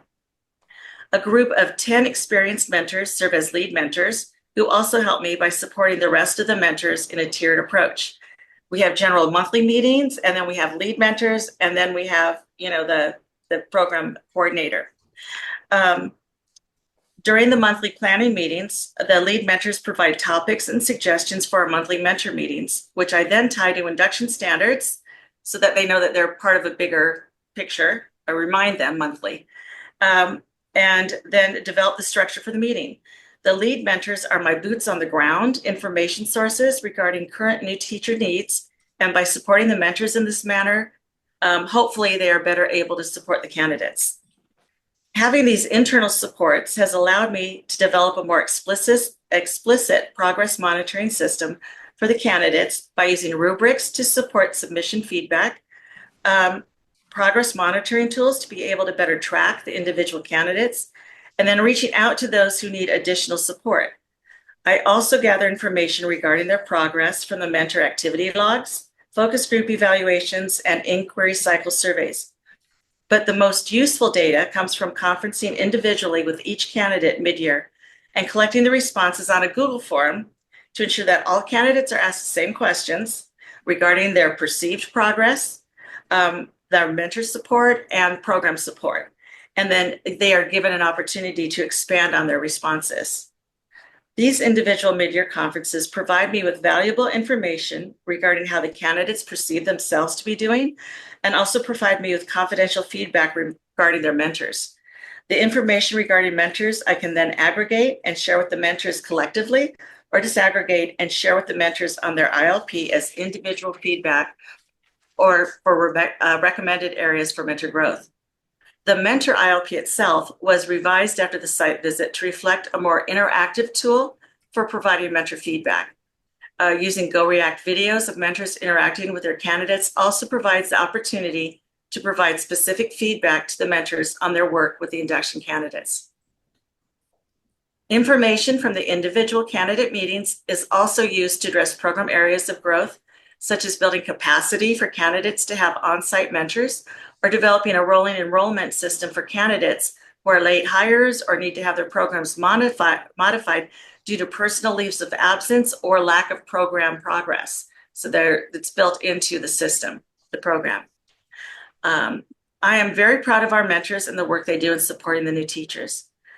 They do the work. Many go above and beyond what is required for induction. I recognize the mentors and the work they do collectively and individually at both the monthly mentor meetings and at the end of the year at our colloquium. So I want to thank you very much for having me here. Thank you so much, Ms. Shockley. Dr. Park, would you like to add any comments? I want to just thank the commission for the opportunity to engage in a cycle of improvement.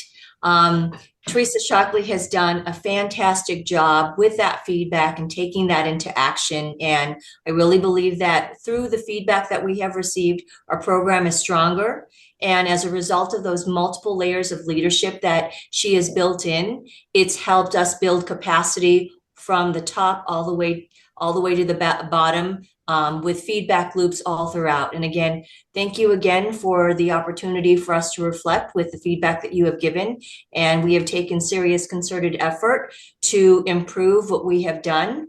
And again, just thank you again for the opportunity for us to reflect and engage in the cycle of improvement. We appreciate it. Thank you both for being here. Do we have any public comments for this item? No public comments. Okay, at this time, I'd like to ask, are there any questions or comments from the committee members? Member Ryan? I'm curious of the new practices you've developed. Is there one that you feel has been most impactful? Well, the mentor ILP has been impactful for the mentors.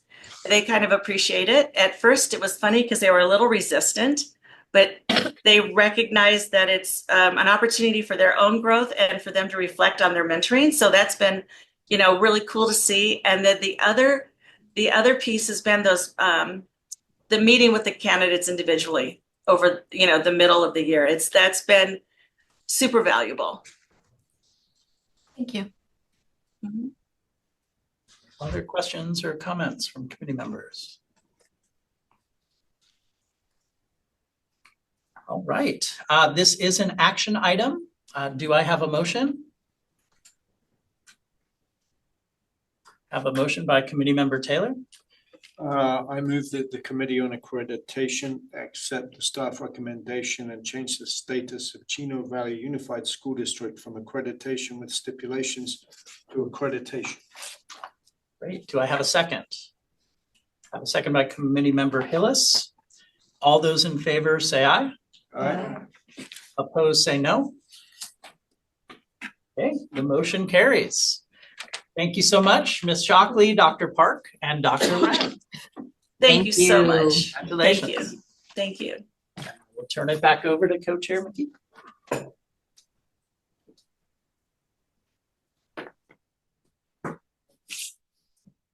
Thank you, Member Alice.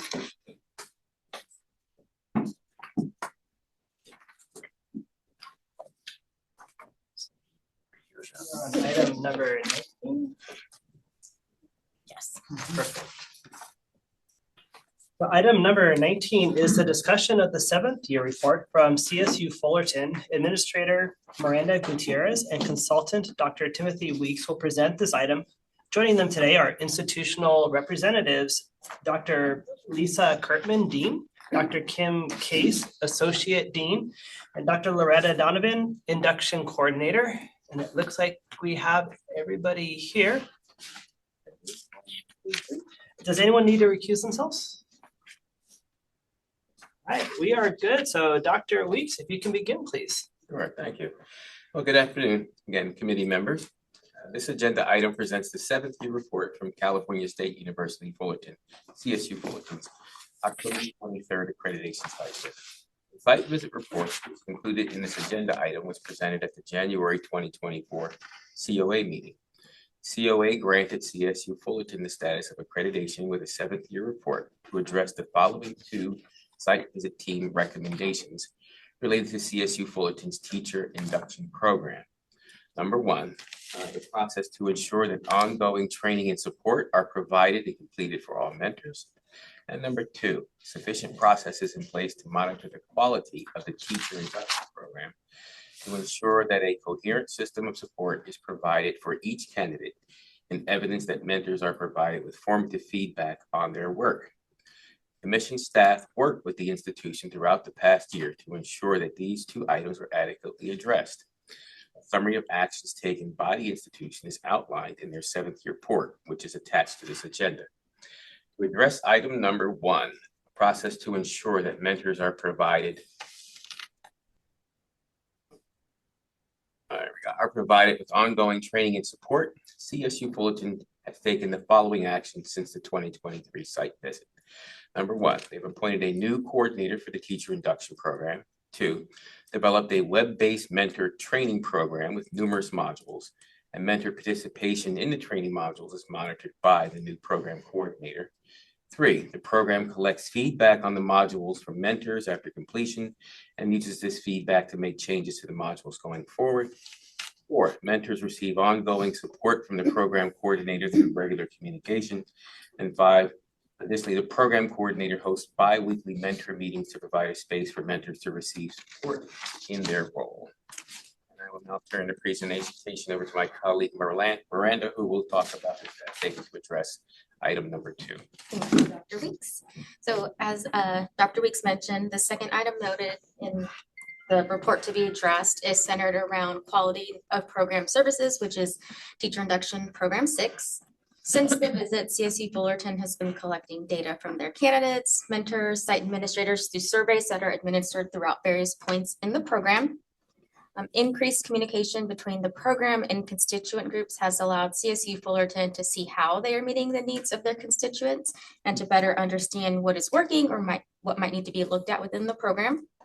The new coordinator, Dr. Donovan, engages in training and networking with other induction programs, which has allowed for a checks and balance of the program to ensure they continue to meet expectations.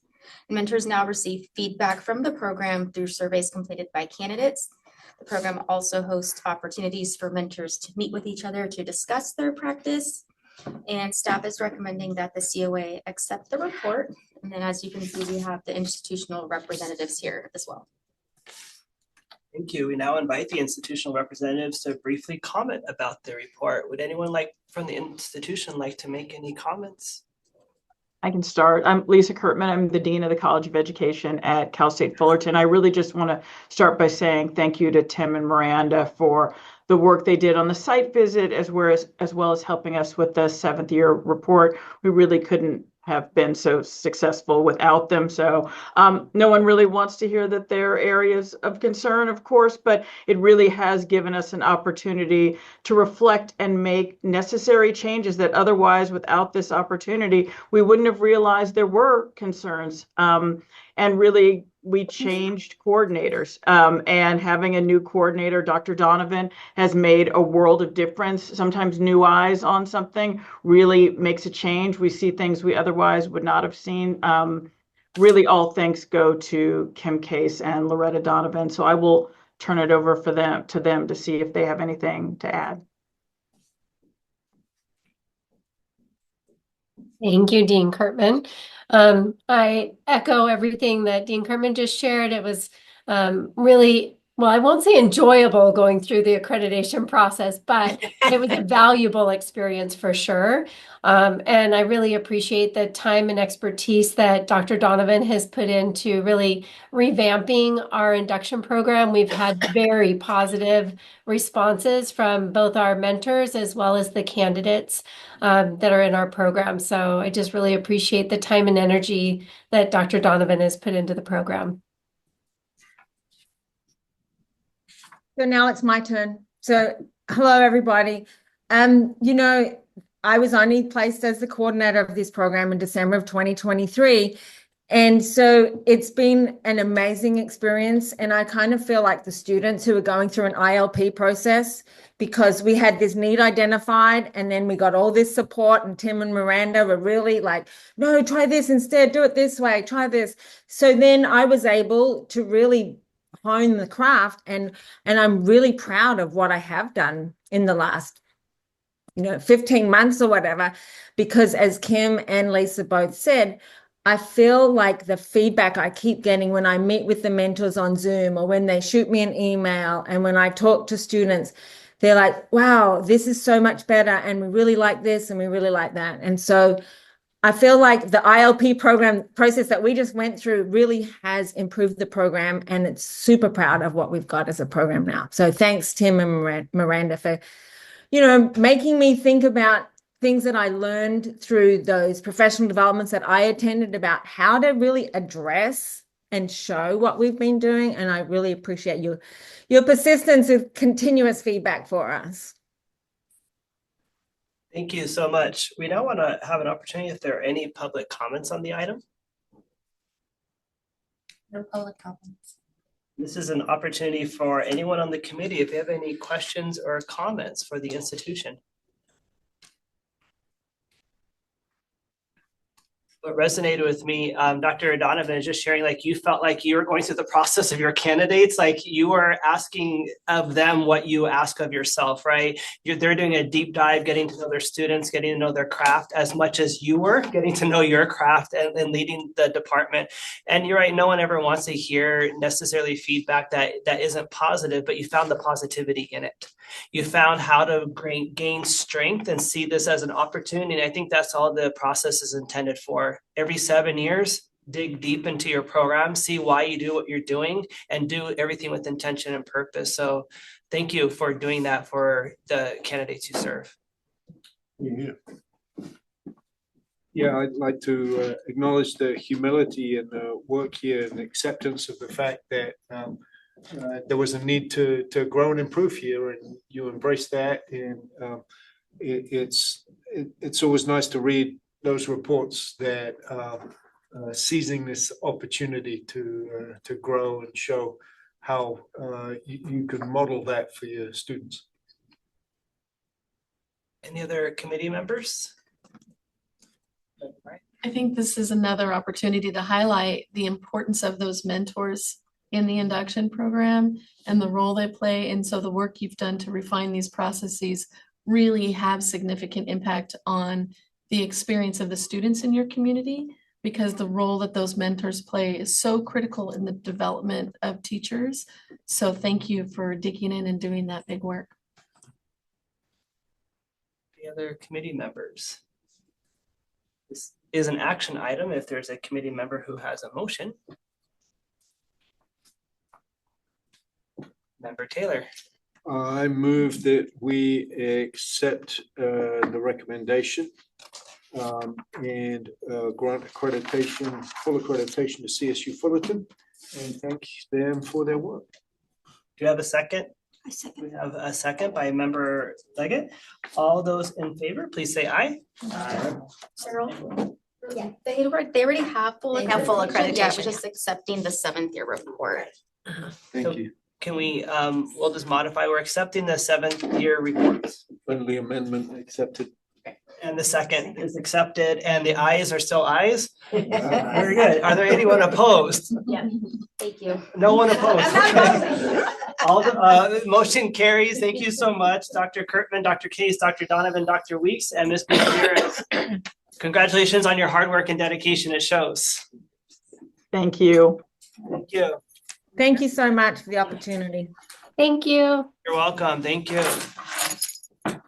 Let's move to item number 20. Item number 20 is the discussion of the third quarter report from Dominican University.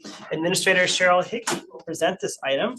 Joining her today will be our institutional representatives, Dr. Gigi Gochek, Dean of the School of Liberal Arts and Accreditation, Dr. Susan Clapper, Accreditation Liaison Officer and Director of Assessment, Dr. Jennifer Lucko, Education Department Co-Chair, and Dr. Katie Lewis, Education Department Co-Chair. And it looks like we're waiting for our.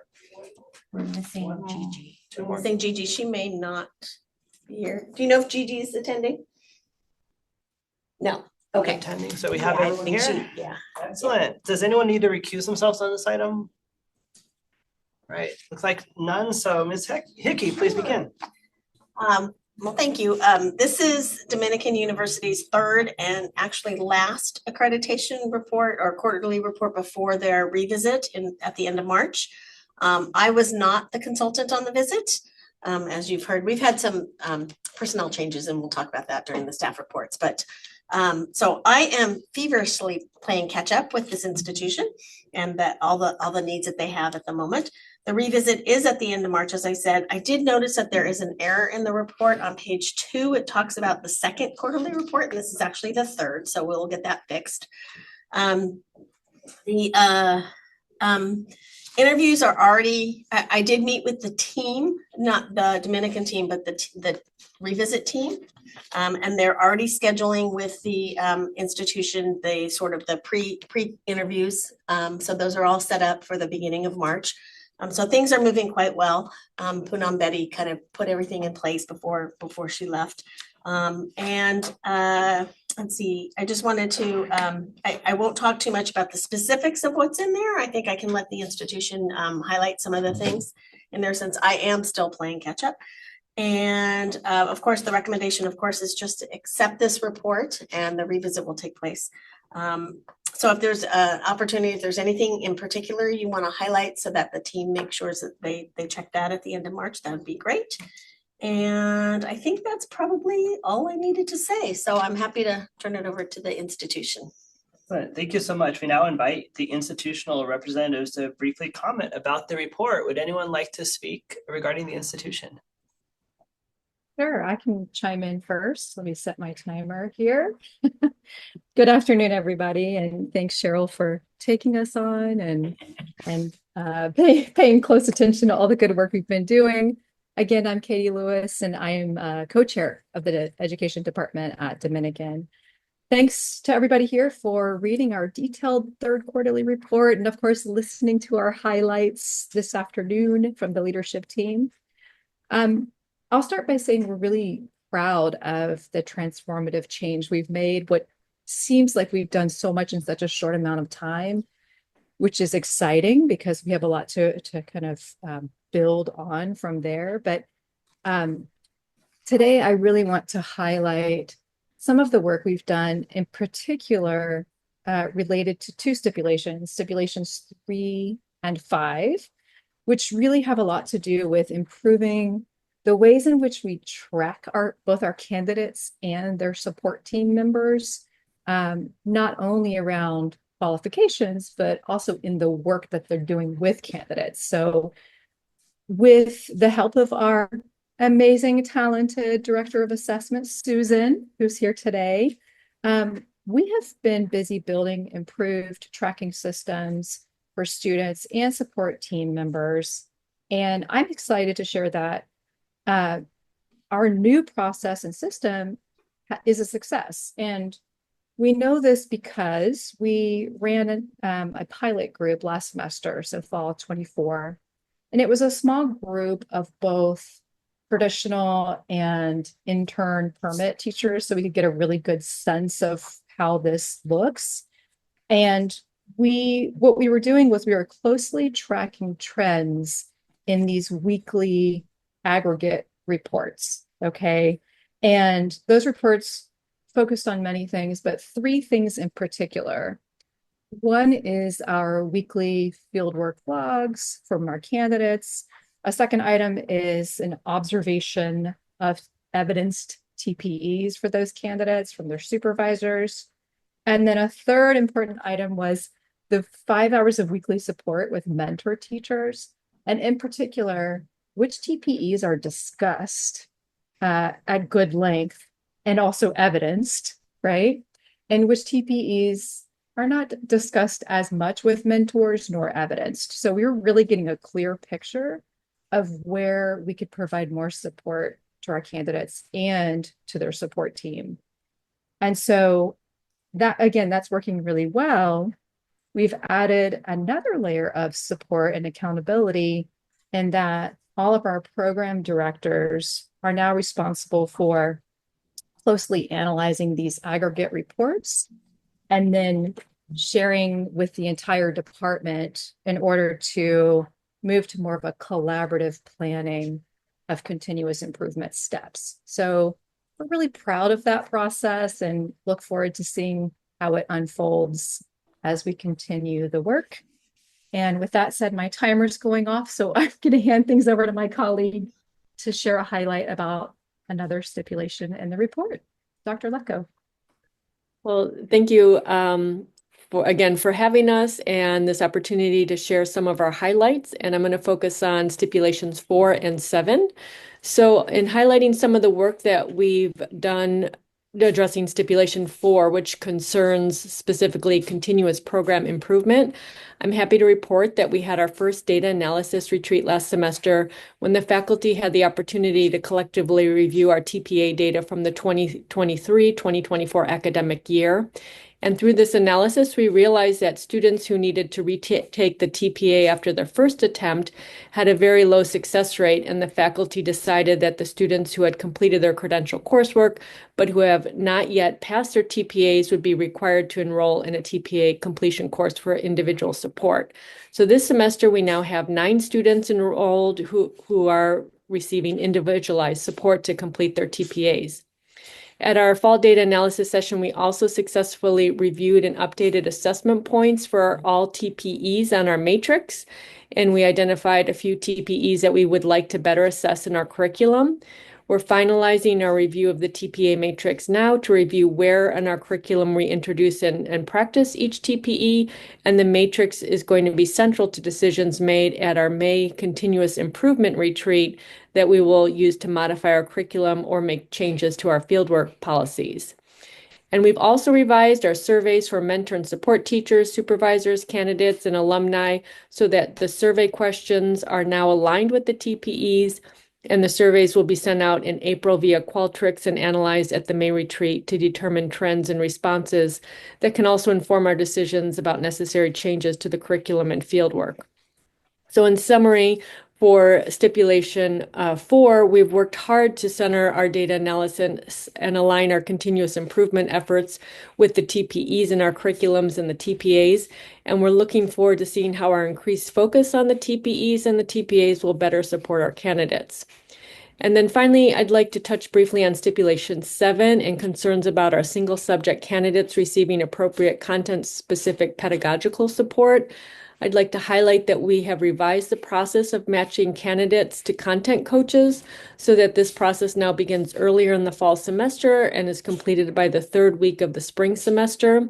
We're also tracking the qualifications of all content coaches along with our mentor teachers and supervisors for our single subject candidates on our support team qualifications log to ensure that all our single subject candidates have appropriate content-specific pedagogical support. Quarterly Report 3 also highlights points in the curriculum that provide content-specific pedagogical support for our single subject candidates. Before student teaching, this includes the development of a content-specific strategy toolkit, a unit plan, and a practice lesson observed by the candidate supervisor. And then during student teaching, in addition to the 10 observations by a qualified supervisor, candidates track their meetings with their content coach as they receive content-specific pedagogical support in developing a unit plan in their content area. So that's a little bit of a summary of some of the highlights from the report. And again, thank you for this opportunity to showcase the work that we've been doing since our last quarterly report to address our stipulations. Anything else from the institution? This is now an opportunity for public comment. Is there any public comment on this? No public comments. Okay, thank you. Are there any questions or comments from our committee members? We have Member Hallis. Thank you for the hard work that went into the report. It seems like there is definitely a focus on things that need to iterate and continuously improve. You know, in just reading the report and going back and looking at a bit of the accreditation history, I know 7 years in education, it's like dog years, that's like, 900. But it seemed like last time through, it was accreditation with major stipulations. You cleaned them all up in a year, and it looked like there was good work done. Some of the issues were present in that report, and we see them again a couple years later. So just, some thoughts heading into that. I know sometimes processes don't outlive people, and when people move around, it's tough to keep them going, but just an eye to the future to make sure this survives 7 years and further down the road.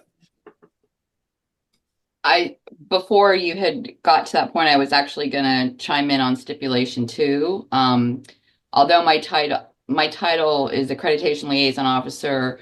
It's for the university to WASC, and I'm the Director of Assessment of the institution. So part of the organizational support, the institutional support, was redesigning my job, my role, whether I'm in it or not. It's the job description now, that a quarter time is embedded solely to the College of Education or to the School of Education, Department of Education. So with that model, because there is such a high need and there is a lot more data to be analyzed, it has grown tremendously over the last couple of years in enrollment. This will probably, hopefully, be a step going forward. And whenever I leave, whenever that is, and someone assumes my role, that would be part of their job description, that they would get that type of high-level administrative support for the assessment and continuous improvement, data management, et cetera. Thank you for that answer. I think one of the things that complicated their visit last year also was that they did take a number of students, quite a number of students from surrounding institutions that were closing. And so I think their numbers sort of expanded. If I'm not incorrect about that, you can correct me on that. And so you had a larger institution all of a sudden, or a larger school of ed all of a sudden. And I think things probably have settled by now a little bit. Yes, I would agree with that. And also, in addition to what Susan mentioned, I think our systems are more robust now. And part of that has to do with this closer connection to institutional data analysis and the support we've gotten from Susan to develop stronger systems. So even if, as we rotate out of these positions as co-chairs, other people come on board, I think we have a stronger structure that can withstand both increases in enrollment and changes in leadership in a way that wasn't, existing after the last accreditation visit. Any other committee members? I appreciate you developing systems for a positive legacy. That's always good. And it sounds like you went through a little bit of a high enrollment time and now things are settling, which I'm sure gives you some breathing room as well to really dive into the work that you're doing for our committee. This is an action item. Do we have a motion? Member Taylor. I move that the Committee on Accreditation accept the third quarterly report submitted by Dominican University, California. Do we have a second? Member Hollis? All those in favor say aye. Aye. Opposed say no. And the motion carries. Congratulations and thank you so much for your hard work, Dr. Kochek, Dr. Clapper, Dr. Lucko, Dr. Lewis, and Ms. Hickey. Thank you very much. You're welcome. Thank you. We're 2 minutes ahead of schedule, but we need to go back in time as well. So do you have a recommendation, Ms. Hickey? Should we go continue forward onto 21 or go back in time to staff reports? Let's go to 21. All right, we'll stay in order. So we'll close out number 21, which is the program approval recommendations part 2. This section is for action. Today, there are 2 institutions with 2 programs for approval. San Francisco State University is proposing a preliminary PK3 BCE Specialist Instruction Credential Program with traditional student teaching, integrated and intern pathways. Yeah, and you have to go back to item 6 to get that information. Towards the end of item 6. It just wasn't posted twice. Page 2. And it looks like we have the university joining us today, Cynthia Gruchek, the Dean of the Graduate College of Education, Tammy Spencer, Associate Dean, Graduate College of Education, and Dr. Amina Kim, Professor, Department of Elementary Education, Graduate College of Education. We'll wait a moment as we get, 1, 2, 3. It looks like we have everybody here. Before we begin, are there any recusals on the item? There are none. Would the institutional representatives like to say anything about their proposed programs?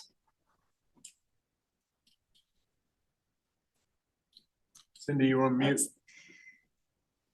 It looks like the volume may not be. She's not muted, right? I can't. Into a group check. It looks like you're unmuted, but you might want to check the microphone. Let me try this one. There we That go. is perfect. Thank you for your perseverance. We are here and ready. Okay, well, it's good to see you all, including familiar faces. Hello, greetings from San Francisco. We are so excited to be here today together, and it just is wonderful to see my colleagues here, Associate Dean Spencer and Professor Kim. I just want to say that our college is really excited and ready to implement this important program. The faculty in the elementary education department have been highly involved under the leadership of Dr. Kim over the last couple of years, and with a lot of support from Associate Dean Spencer and our accreditation analyst, Carlos Julio. I've watched this work unfold in some really important ways, including a lot of collaboration with the Department of Child and Adolescent Development, which sits in a different college. So I think our campus has been exemplary in how we have approached this work collaboratively, which is so important, not just for this particular credential, but actually for the field and the discipline of early childhood education. We also have an early childhood special education credential in our college that has been involved in this as well. So we've taken the opportunity under the umbrella of creating this credential to strengthen collaborations across our campus and in the community. I want to say many thanks to Rosemary Wren, who's been such a supportive consultant throughout this whole process. And I want to note too that in anticipation of this credential coming, Dr. Kim and colleagues have been doing a lot of work in the community to make sure people know about it, to make sure the professionals in the field are ready to join when they have the opportunity. So with all of that, we're really looking forward to this step today. We're here to answer any questions you might have, and I will see if either of my colleagues wants to add anything here.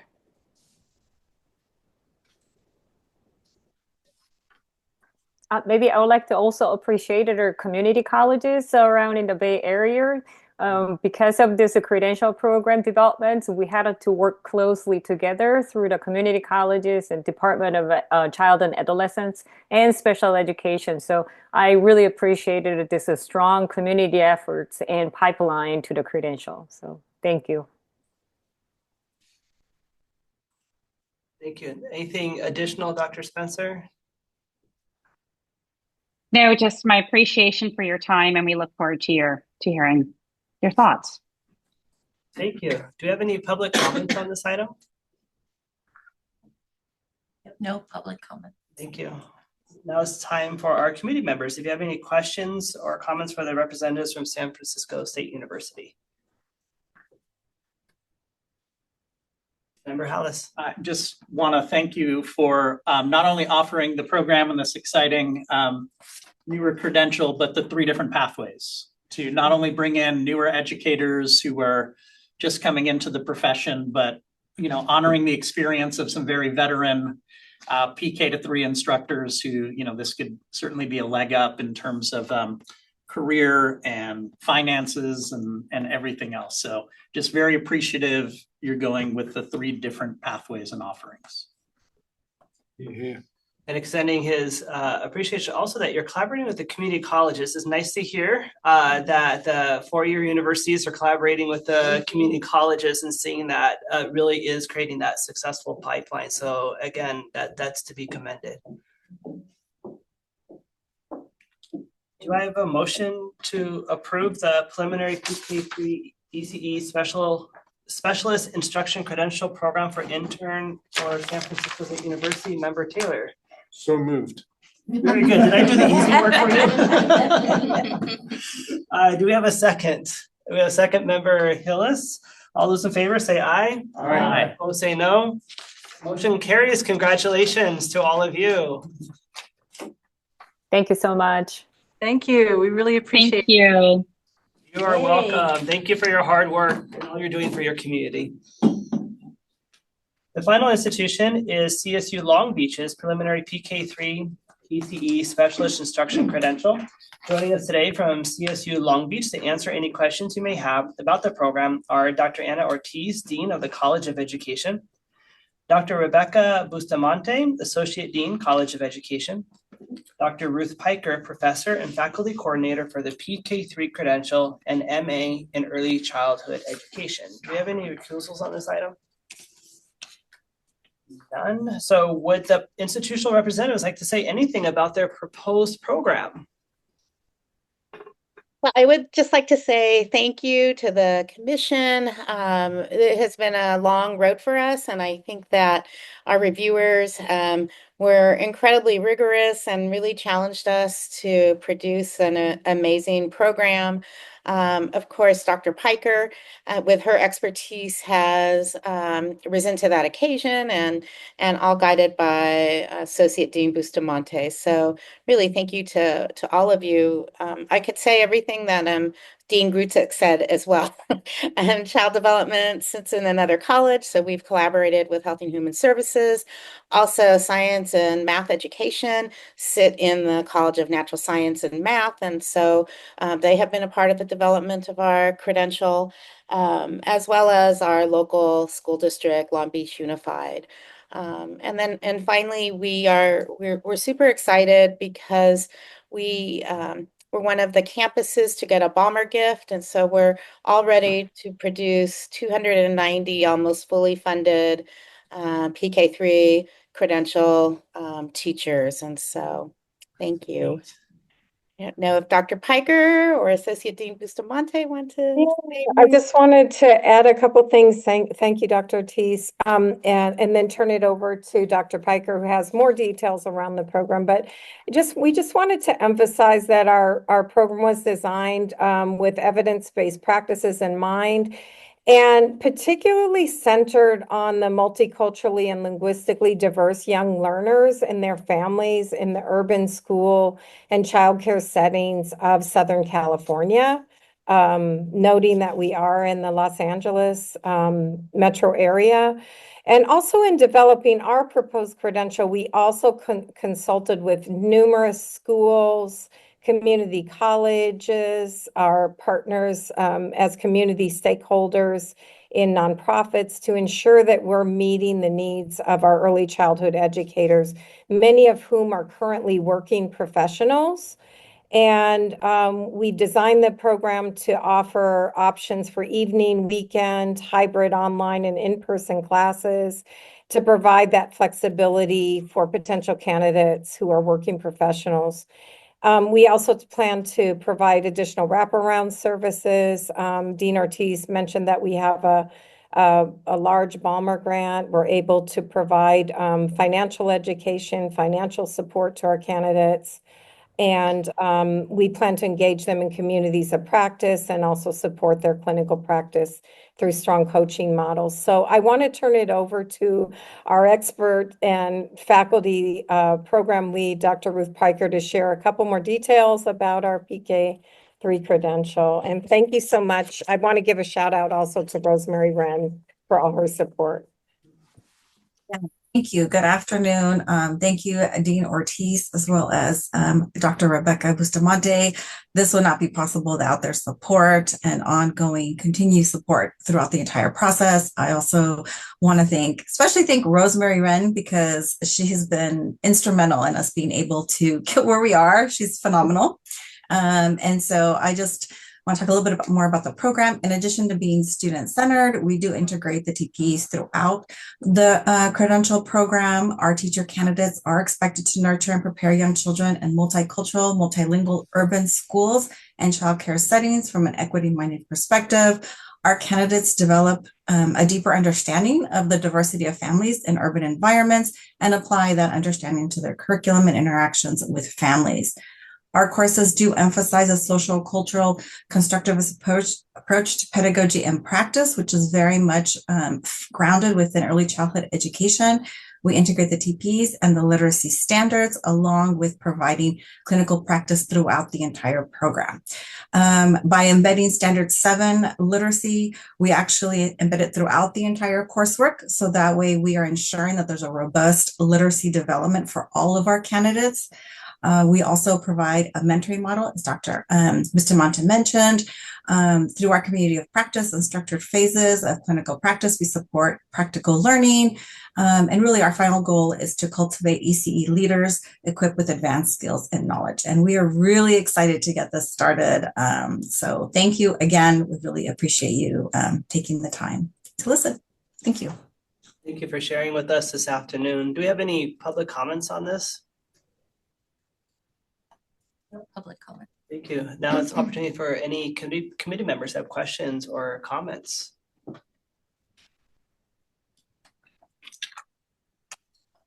Member Hallis. Again, thank you so much for taking the time and the hard work of writing to this newer credential. We certainly need more and more of them. Interested in how the candidates will have the option to add the bilingual authorization, and just wondering how you saw those two kind of marrying up. Did it seem, as you were writing it, like a natural progression, or how do you see the relationship between these two credential areas?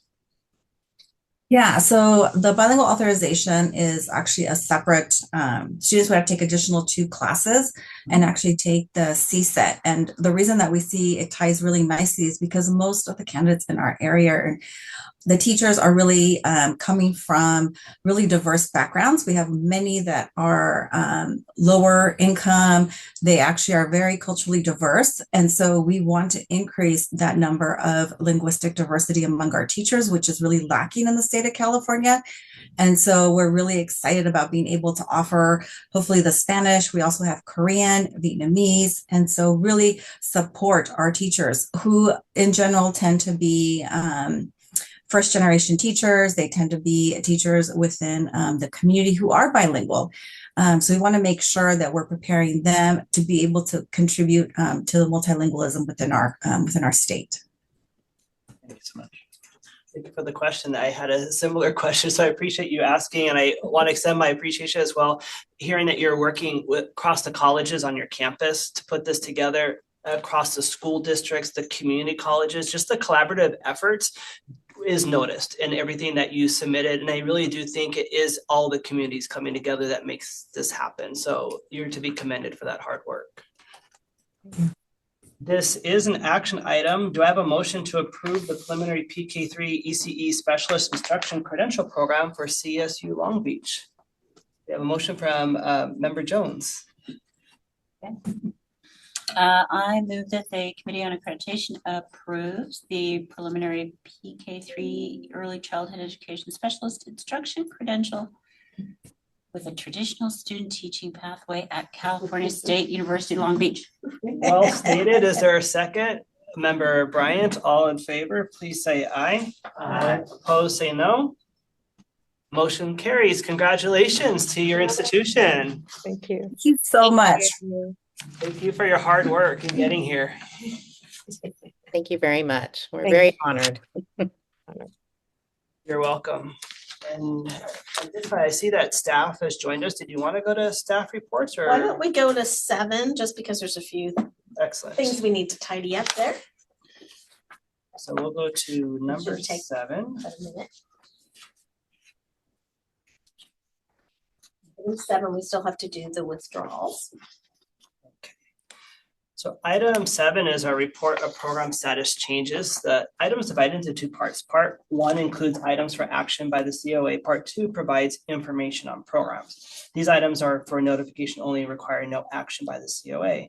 So section A are program withdrawals. Section A is for action. There are 3 program sponsors withdrawing 4 programs. Loyola Marymount University, preliminary single subject health with intern, effective February 20, 2025, and the preliminary single subject industrial and technology education with intern effective February 28th, 2025. Do we take these one at a time, or? We can take them all together unless there's recusals. Are there any recusals on these items? So we'll take, is everyone good? Take them all together? Excellent.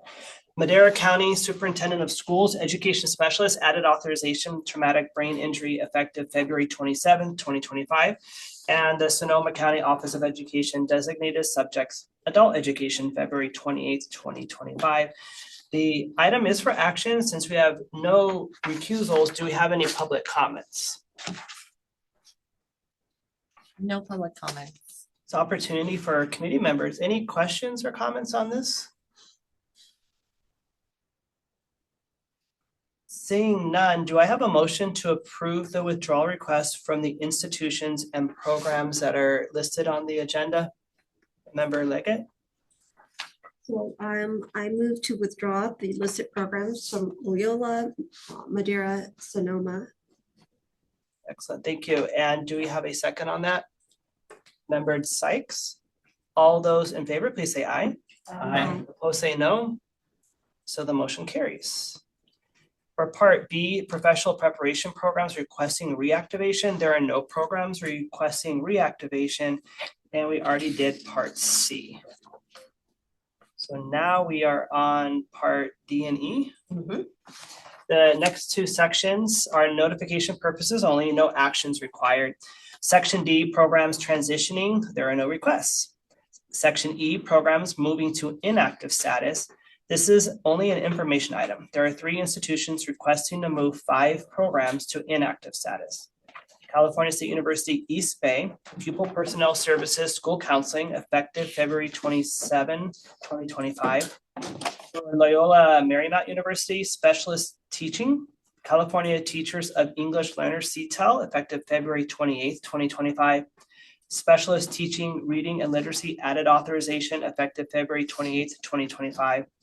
Specialist Teaching Reading and Literacy Leadership Specialist, effective February 28, 2025. For UC Berkeley, Designated Subjects Career Technical Education, effective March 3rd, 2025. Item 8 is the discussion of institutions not in compliance with accreditation timelines, and this will be introduced by Michelle Bernardo. So thank you, Ms. Bernardo. Sorry, I'm too fast. You could, I'll slow down.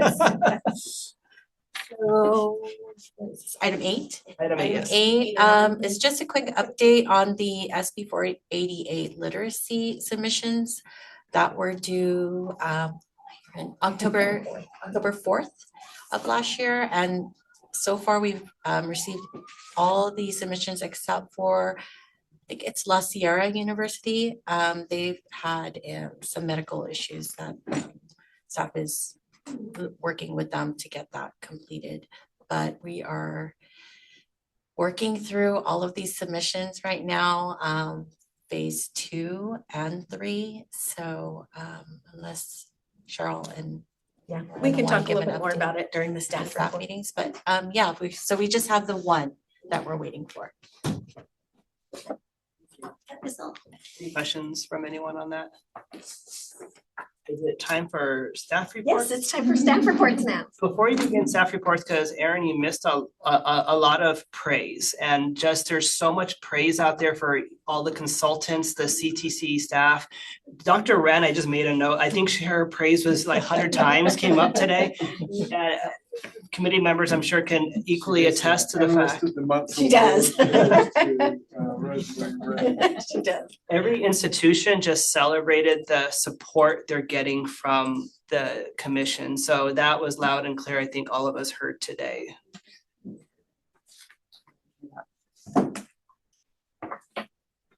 want to go to staff reports now? Yes, it is All staff right. reports.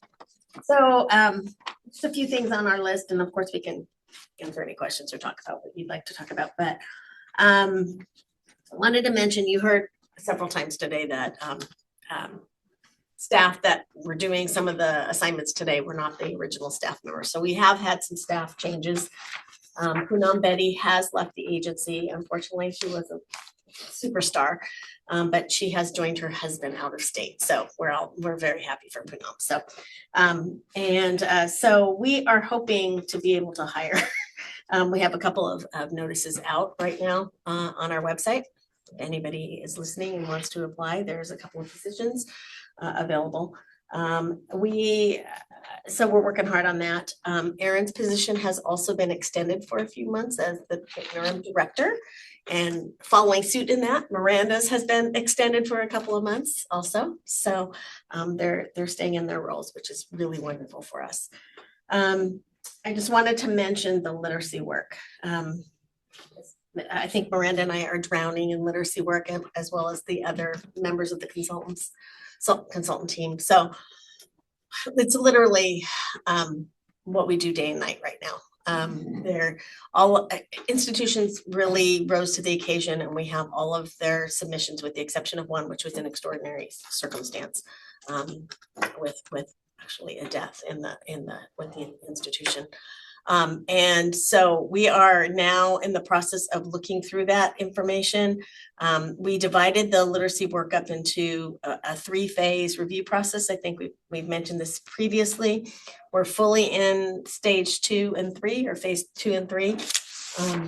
We have about another 10 to 13 institutions to finish with phase 2, not finish, but to do the first review of phase 2.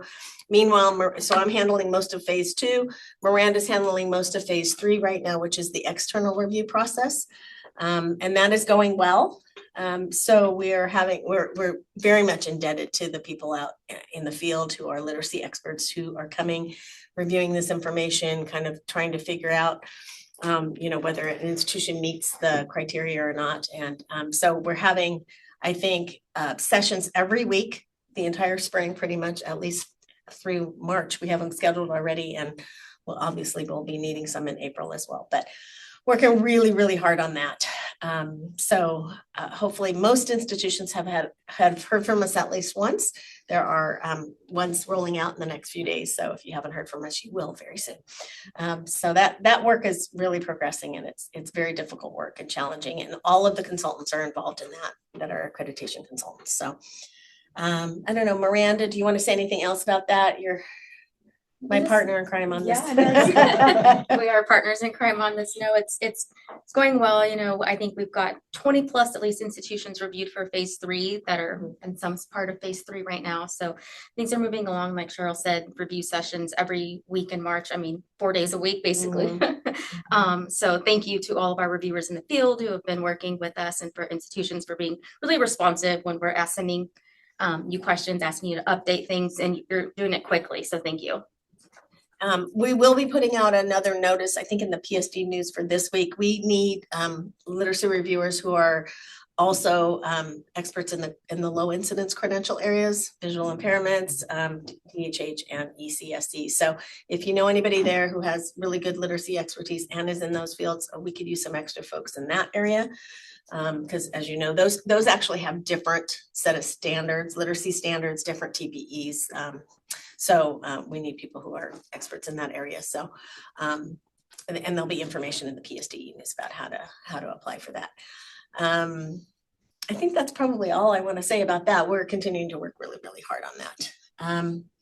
I was gonna just tell you that the site visits continue on top of this. Even though we tried to defer our site visits, we still have 8 provisional visits this year, plus the whichever remaining ones we're still wanting to. So our consultants are really out. They're spread as thin as they can be spread at the moment, I think. But we're working really hard, and the field is working really hard. So they're still being praised so much for being attentive and responsive. Wow. Right. And yeah, it's the IPR staff is incredible. I think that we are struggling with how do we keep up with the IPR work and all this other work. And so the IPR work, the initial program review, may slow just a little bit. There may be a longer time to get new programs up and running because, there's only so many of us at the moment. And with a few vacant positions and that kind of thing. So we're doing the best we can. And as you know, you heard Rosemary and Miranda be praised a lot today. The IPR staff is really incredible, as well as the initial institutional approval staff. So all of our staff is I can't say enough about our staff. So I want to just turn this over to Erin and Kara. I think, Erin, do you want to say something about the wildfires on top of the other things you were going to say? I do. I just wanted to, while you were talking about literacy, to add a couple of pieces about that. One is I know that Kara, I'm looking right at you. It's still calling Kara. Kara's like, what? No, not it. That Cheryl and Miranda will have the first of our consent agenda items at the April meeting, recommending for commission certification, the literacy programs that have made it through. We really have April and June commission meetings to get all of those folks through that consent item. So I know that they're working really hard on that. We are working on a modified process for programs that were approved by you beginning October 2023, because those programs were asked to respond to the entire literacy standard. So putting them through certification in the way that it's been formulated doesn't make a lot of sense. So trying to think of a modified process where they can still show us anything they've updated, or, you know, we have some specifications around that, but those folks do still have to be certified. So we've, Cheryl came up with a process and we ran it by leadership, and sounds like we'll be able to move forward with that. And then of course, thinking about what literacy information and evidence needs to be provided by yellow cohort in the fall. And green cohort for the site visits that are starting fall and spring of next year. So there's a lot going on around literacy just all the time. And I'm really grateful to have, I mean, I was always grateful to have Cheryl. It's been really wonderful to have Miranda come alongside and bring her skill set. So. Could I ask a question? So given that July 1st date for certification, what's the anticipated process for institutions that have not met the certification requirements by July 1st? At the moment, legislation, the statute that required the certification process, it didn't include anything. It just said it must happen. There was no, then what if it doesn't? So we're working with the legislature right now to see if they want to have it then what in process, and what might that be? Might it be a modification to an institution's accreditation standing until we get them through? But the point of all of this is getting everyone through certification. So, you know, whether they have a process or not, I would say, unless an institution is being a really bad actor, and as you heard Miranda say, they've been incredibly responsible. We ask for something, they get it back to us.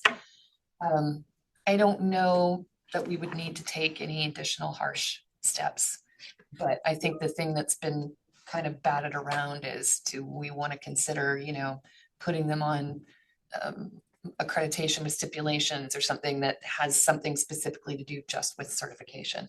That would be something that we would need to run through you, because the commission doesn't have that authority to change their accreditation status. So more to come on that. Things are just in conversation. If language actually gets introduced, we would update you with that. We would actually update the whole field with that if something like that was put in writing.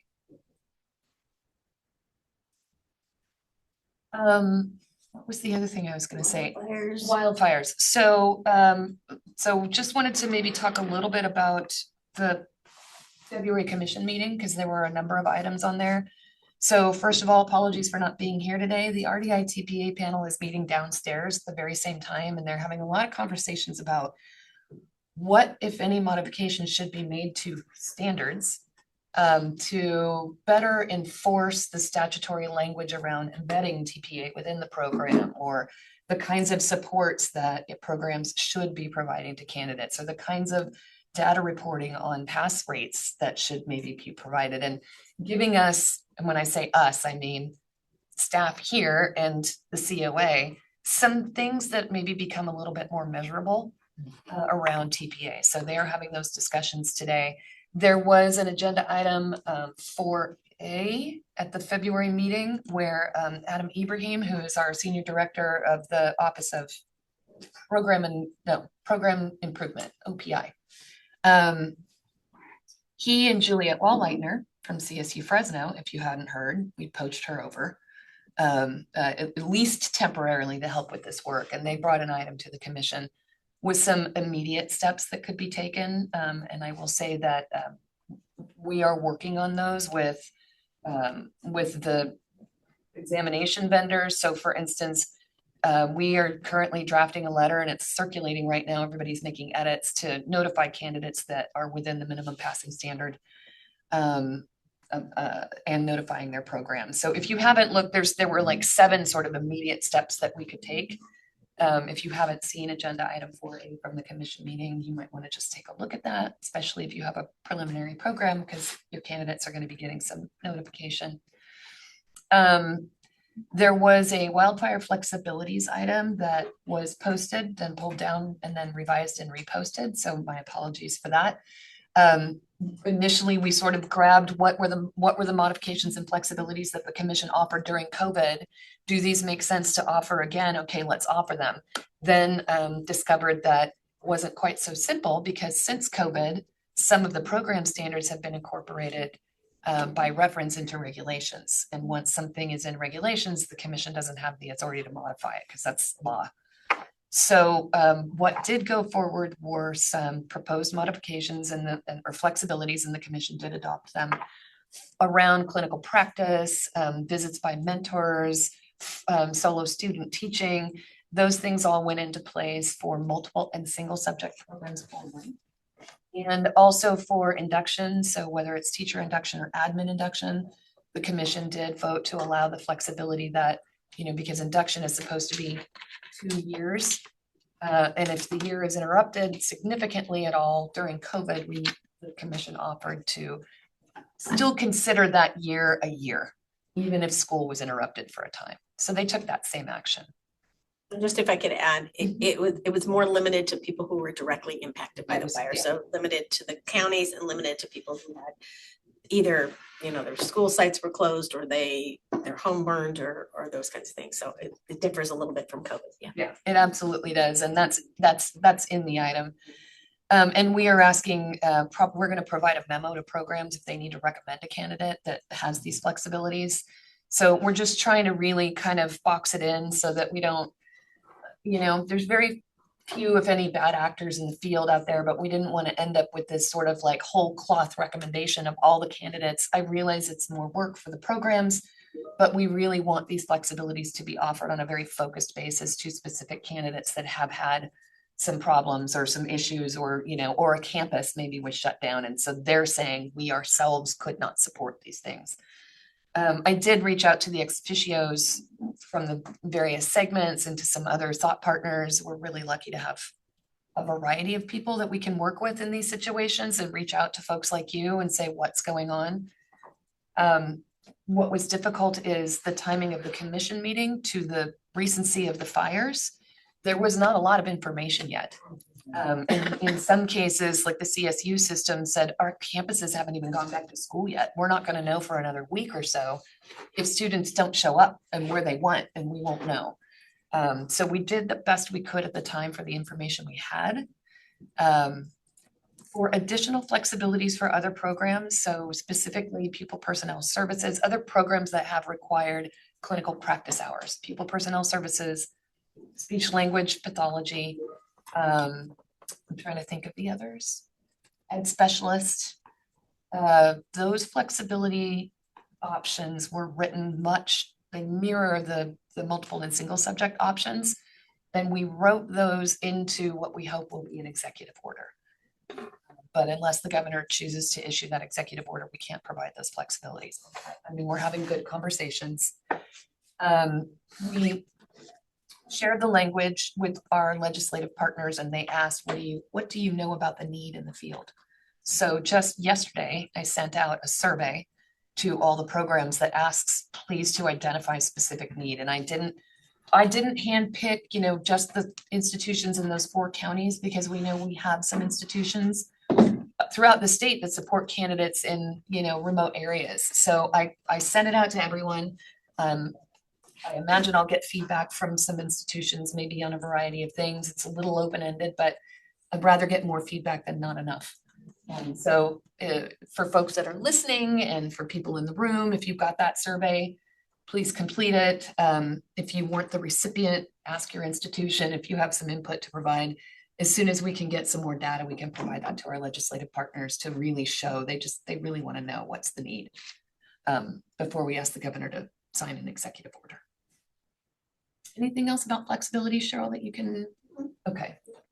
Yes. I just want to extend appreciation and also to Francis Keller. As you know, I was working with some districts that were impacted, and the responsiveness was positive and huge of support with one particular district. I know she said she was on the phone for a couple hours with her to be able to walk through and talk through just a lot of very serious extenuating circumstances. So it helps now understanding the timeline, because you know everything happened without kind of understanding of what to do, but everyone was unbelievably responsive and supportive. So thank you. And I made a note also to make sure they got that survey so that they can give you the additional feedback. Yeah, thank you for that. Thank you. And I will say, I mean, Cheryl's not wrong, just in terms of staff. We're down, PSD right now is we have the fewest number of staff that we've had since I joined the division about 13 years ago. We have 4 openings at the moment, 2 we're trying to fill right now, and that's across all of us. Accreditation, CARES grants people. Another 2 that we hope to fill after July, but we need to see some more positive budget information, and that's really tenuous right now. Obviously, the governor's budget came out on just 2 days after all of these fires broke out. And there wasn't time for him to edit it with the fires in mind. So it came out expecting a surplus. And then almost immediately, we learned that there were going to be many millions of dollars worth of money that needs to be diverted to help the folks affected by those fires. So I don't know what the May revised budget will look like. But what I was going to say is, folks that are listening, I would say, it's hard with something like an executive order. If people are out there sitting and waiting and hoping, like, I don't want to reach out to the commission, I'm just going to wait till something comes out. I would say if you have a real need, if you have a candidate, if you have a problem that you need solved, please reach out to our consultants, to our staff. Don't wait, because the waiting could kill you. I can't predict how long any of this will take or what the outcome will be. So if anybody has extenuating circumstances or candidates that you just really need some advice on, please just reach out to us. We're happy to work through. You have more flexibility sometimes than I think you do, and we're happy to work on that with you. The other thing that I wanted to mention is that there was a child development permit item that finally was passed that updates the child development permit to a new structure. They are now early childhood education documents. We have an ECE 1 through 3, and we have it, which is early childhood educator. And then we have an early childhood administrator at ECA 1 and 2. This is a big deal. It's been a long time coming. It's been really hard. The field has asked for some improvements and to preparation of these educators, some recognition of the professionalism that they bring to it, some requests for advanced degrees in some areas, but at the same time, salary doesn't keep up with that. And we don't have any authority here at the commission over salary increases. So it's been very, I'm going to just use tenuous again, for many years now, trying to help make some modifications to this permit structure, knowing that what the commission votes on doesn't necessarily immediately result in salary increases, nor do all districts have the money to increase salaries, even if they wanted to. But it's something worth celebrating. It's been a long time coming. The ECE team has worked really hard for a couple of years at minimum to get us to where we are now with that. So that's very exciting. It will be a while before the new structure is put in place. We have to pass regulations to do that. It is going to be a gigantic regulations package that will also offer more opportunities for public input. So I don't think it's going to be a slam dunk, easy regs package in any way. But they will be coming back to the commission at the next couple of meetings to add on some additional specialty areas. So bilingual or multilingual for these early childhood educators, working with school age children, just like a few other things. So that's very exciting, and I just want to put a bug in everybody's ear about that. But I think it'll probably be at least a year before we're proposing regulations on that. It's going to be a lot of work. Any questions? So they looked at the potential implications of that, like if these new things come into place, what I could actually do to actually suppress the number of people that go into that field, because now you've got higher requirements, but the salary hasn't kept up with it. Yeah, I can't, that's a great question. It's not something that I can speak to because again, the salary isn't.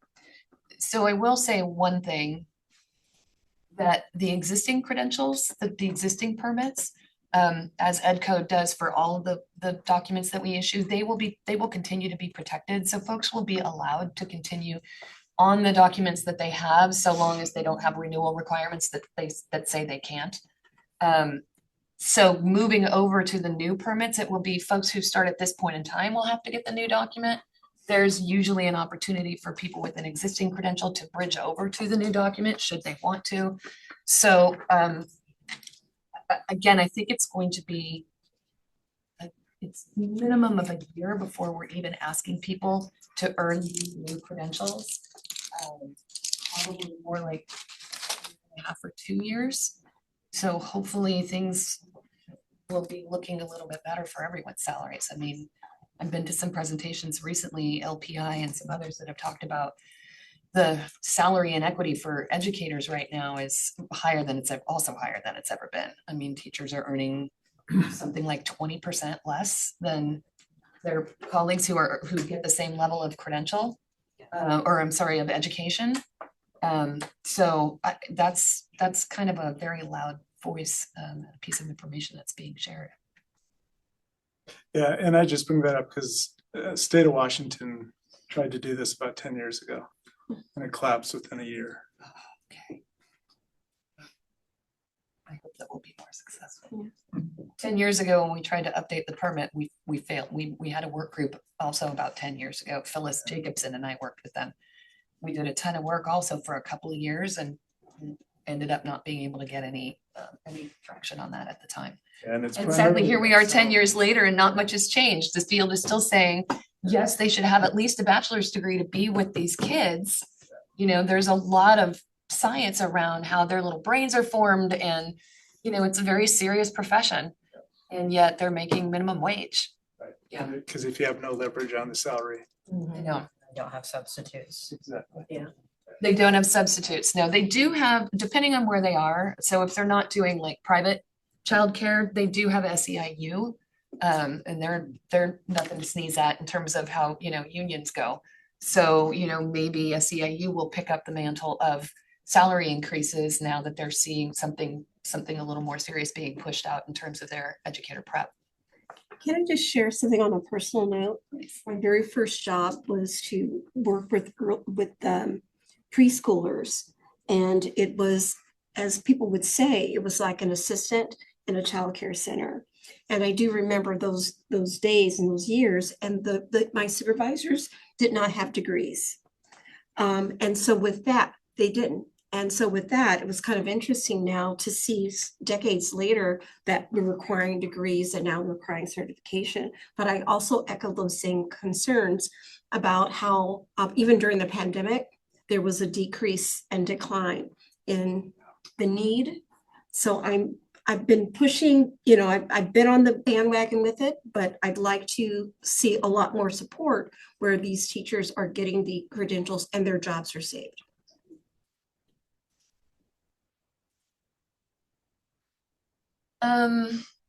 So I don't know if Kara wants to come to the table, and you don't have to if you don't want to, but I do want to talk about the grants team a little bit. Any opportunity I get to talk about all the work that staff is doing, you'll have to shut me up. Kara's grants team, who lost somebody recently, and she's in the middle of doing some hiring right now as well, thank goodness. You all are still monitoring 11 grants. Is that all? Over $1 billion worth of grants. And lots of wonderful grantees. But yeah, they just a couple of weeks ago had a deadline for a recent grant and were overwhelmed by the response, which is yay, because we want to give the money out, but also, oh my gosh, who's going to read all these grants? So go ahead, Kara. So we had as expected, we had an overwhelming response to teacher residency implementation. We had this much money left and we have this much request. So that one is very competitive as expected. And you will probably see in the governor's budget, there's a little piece of money potential for the new academic year that should have come already, but it's a long story, so we won't go into it. So if for the public who's listening, because I know there's so many people listening right now, but for you all to spread the word also, there's anyone who isn't awarded this time for teacher residency implementation, and it will be a lot of people, a lot of grantees, potential grantees not awarded. There's a hope for a little more money coming. So that's the good news. All the other grants, we just had classified applications due last Friday. We have computer science and read lit due tomorrow, and we have school counselor residency capacity due the following Friday. So we are doing a lot of reading with, and that's why we're not helping with literacy, because we're reading our own applications. But that's that on that, unless there are any questions. Sorry. How does the commission view the use of workforce development funds in teacher preparation and the growth in a move towards registering teacher preparation programs as apprenticeship? Oh, that's a big question. We have been working very closely with the Department of Apprenticeships, trying to figure out how to develop an apprenticeship sort of model program to allow institutions that want to offer them to have access to that money. But it's not easy. And I have been struggling personally in these meetings for a while, saying, is this another pathway? Is this another pathway? Or can we find a way to layer some of these requirements on top of an existing pathway so institutions can get the money? Because we understand, I mean, everybody's just braiding together like 5,000 grants and funding sources right now, trying to support all this prep. But the idea of adding another pathway is a little overwhelming. Again, we don't want to base the good work we do for the field on the number of staff we have, and yet we only have so many staff to help support the field if we add another pathway. So that's an ongoing conversation, but we have weekly meetings with a variety of folks. And when I say we, I'm talking about myself. Adam Ibrahim is leading those.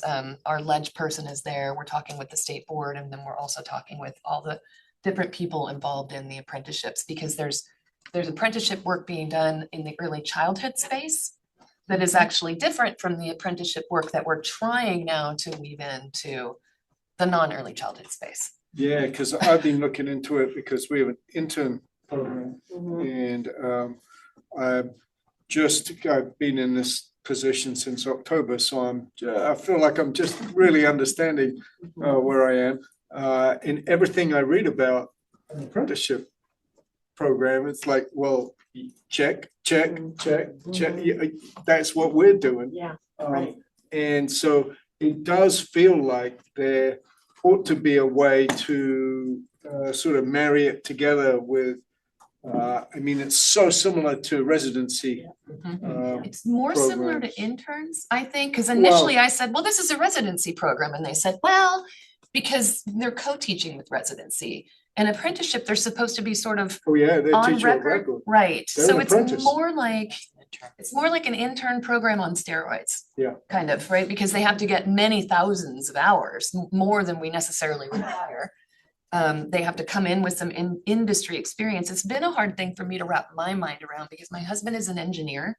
So I'm used to thinking of apprenticeships in the trades industry. Right. So it's been tricky for me to understand, how are we trying to shoehorn educators into apprenticeships, or is there a smoother fit? Well, it's interesting to me because philosophically, years ago, when I was doing my doctoral degree, we were trying to shift teacher preparation towards a medical model, and we're professionals and we're clinical, and we're but you go so many years and we're getting teachers paid minimum wage that it honestly doesn't feel like anybody else sees us as professionals and clinical. It's like, no, you're just like a plumber, dude. And they see us like a trade.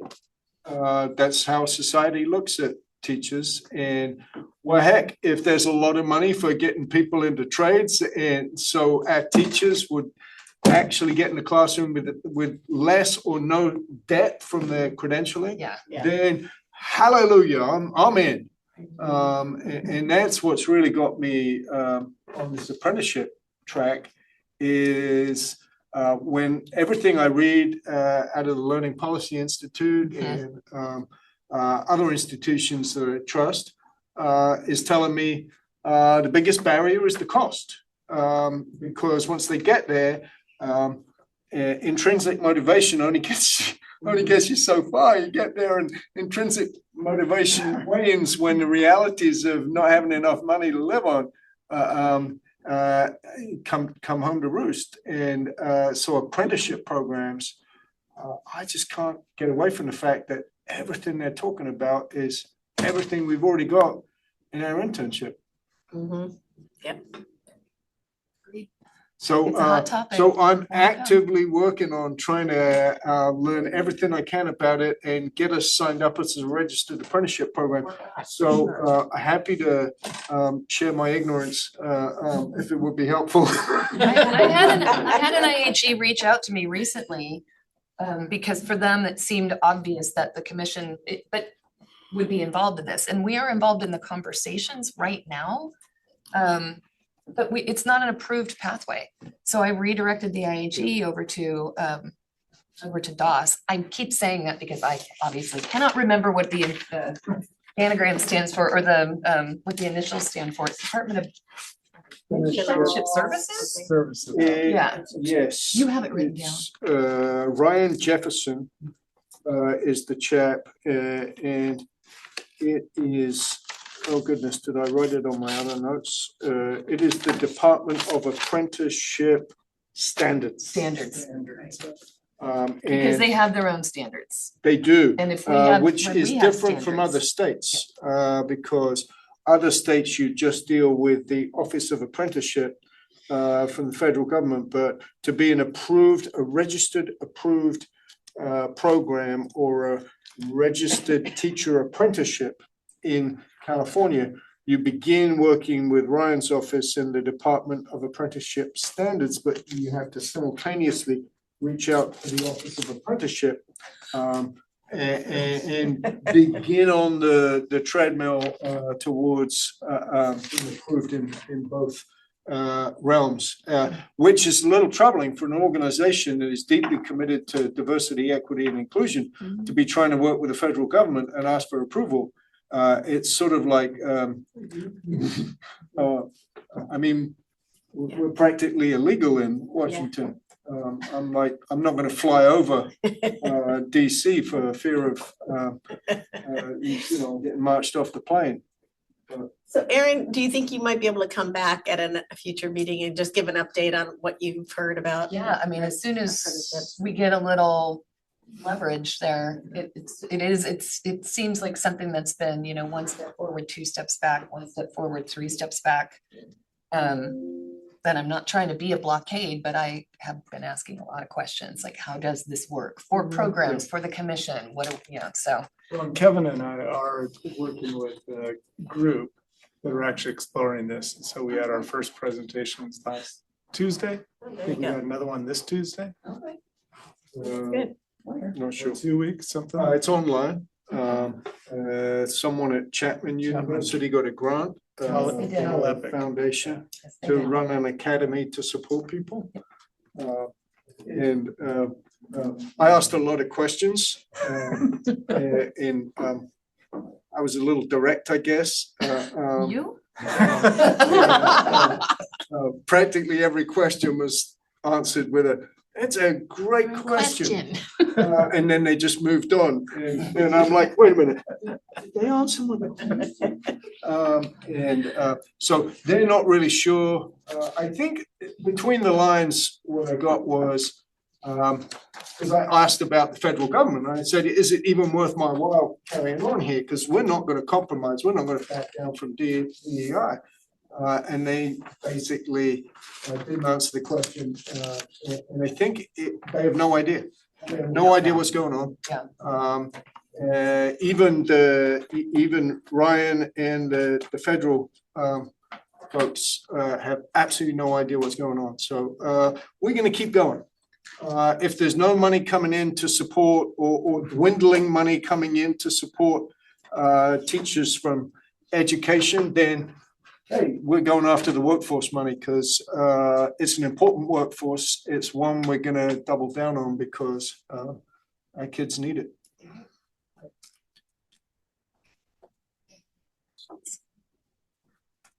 Any other questions? Go ahead. Can I bring up a four-letter word in Rika? Oh, gosh, that's right. Sorry. Isn't that why you're here? Absolutely not trying to like get out of it. So letters, so it's obviously it's complicated, or there would have been an easy agenda item in February. There has been, so the commission voted specifically in October to take certain actions, including making that new, passing that new minimum passing standard retroactive for 10 years. The deployment of that piece of it has been really tricky between us and the examination, contractor and some other folks and institutions giving us information like, how is this going to work? We don't keep records for 10 years. So we've really been trying to unravel that. It's not simple. What we have been able to come to an agreement on is that as of the commission's decision date, which was October 18, we can at least use that as a point in time and say that candidates who took or passed based on this new minimum passing score as of October 18 coming forward, will get a letter. So they will get a letter letting them know that they've passed now based on this new score. A letter will go to, notification will go to whatever institution they indicated was their institution, right? We don't have any way to verify that, but if they told us they go to CSU Channel Islands, then CSU Channel Islands will also be notified. And they will also get a score report that they can have. So those letters, we're hoping they would go out in December. They certainly should be going out now. I know. So one of our partners at the examination vendor is actually in-house. So if I have a chance to grab him on his way out the door today and ask him if the letters have gone out. So they should be headed out to candidates, which means that you all should be able to start making recommendations based on Rika. Okay. So the 10 years retroactive, that's going to be maybe a little bit more difficult. Did you have other questions about Rika? Yeah, I think the whole field was wondering some of the same stuff. And I know like the website still reflects the old passing scores, like 220.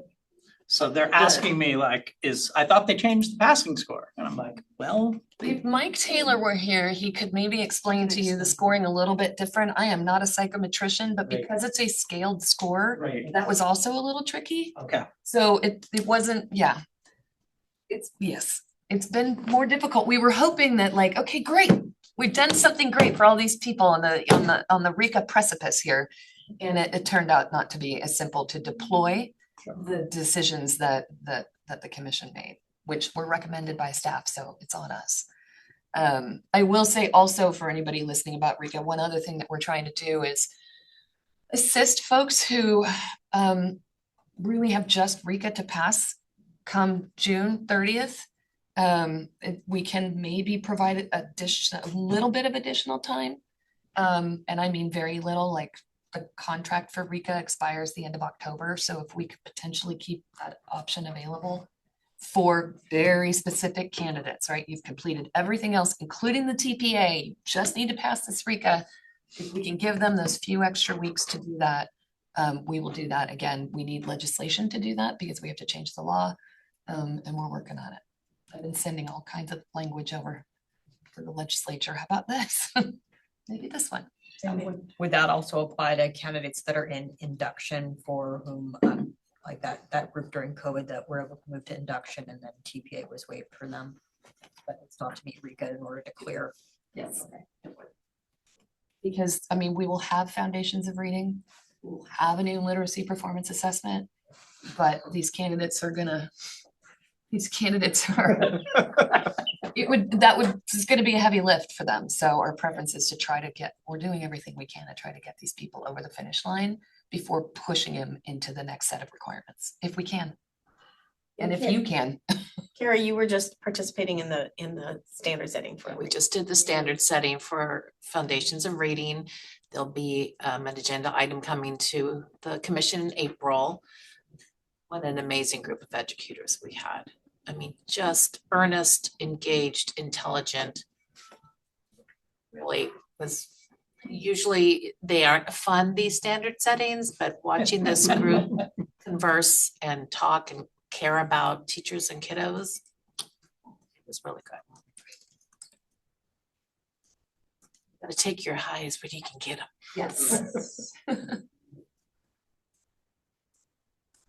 That's where we're at. That's, I think, the big things anyways. So have we gone through all I think items? so. Does anyone see something that was not crossed off? Because I have everything checked off I on have my everything list. checked off on mine, so we're good. So with that, then we open up for public comment. As a reminder, the COA may not discuss any topics presented during this item as they have not been publicly noticed. Does any member of the public have anything it wishes to say? Please raise your hand in the Zoom feature, or we'll wait a moment to see if we have anyone indicating they wish to speak using the chat function. As a reminder, public comments will be limited to 2 minutes. No public comment. All right, having no further business, I adjourn the February 2025 meeting of the Committee on Accreditation. The next meeting of the committee will be on April 17, 2025. And we got an email from Michelle. It's a one-day meeting, right? One day. Excellent. Meeting adjourned. Thank you all. And safe travels. And thank you to Cheyenne and Michelle for shepherding all these. Thank you. You make it look so easy and streamlined. There's never a panic look. Did we hire you for our visit?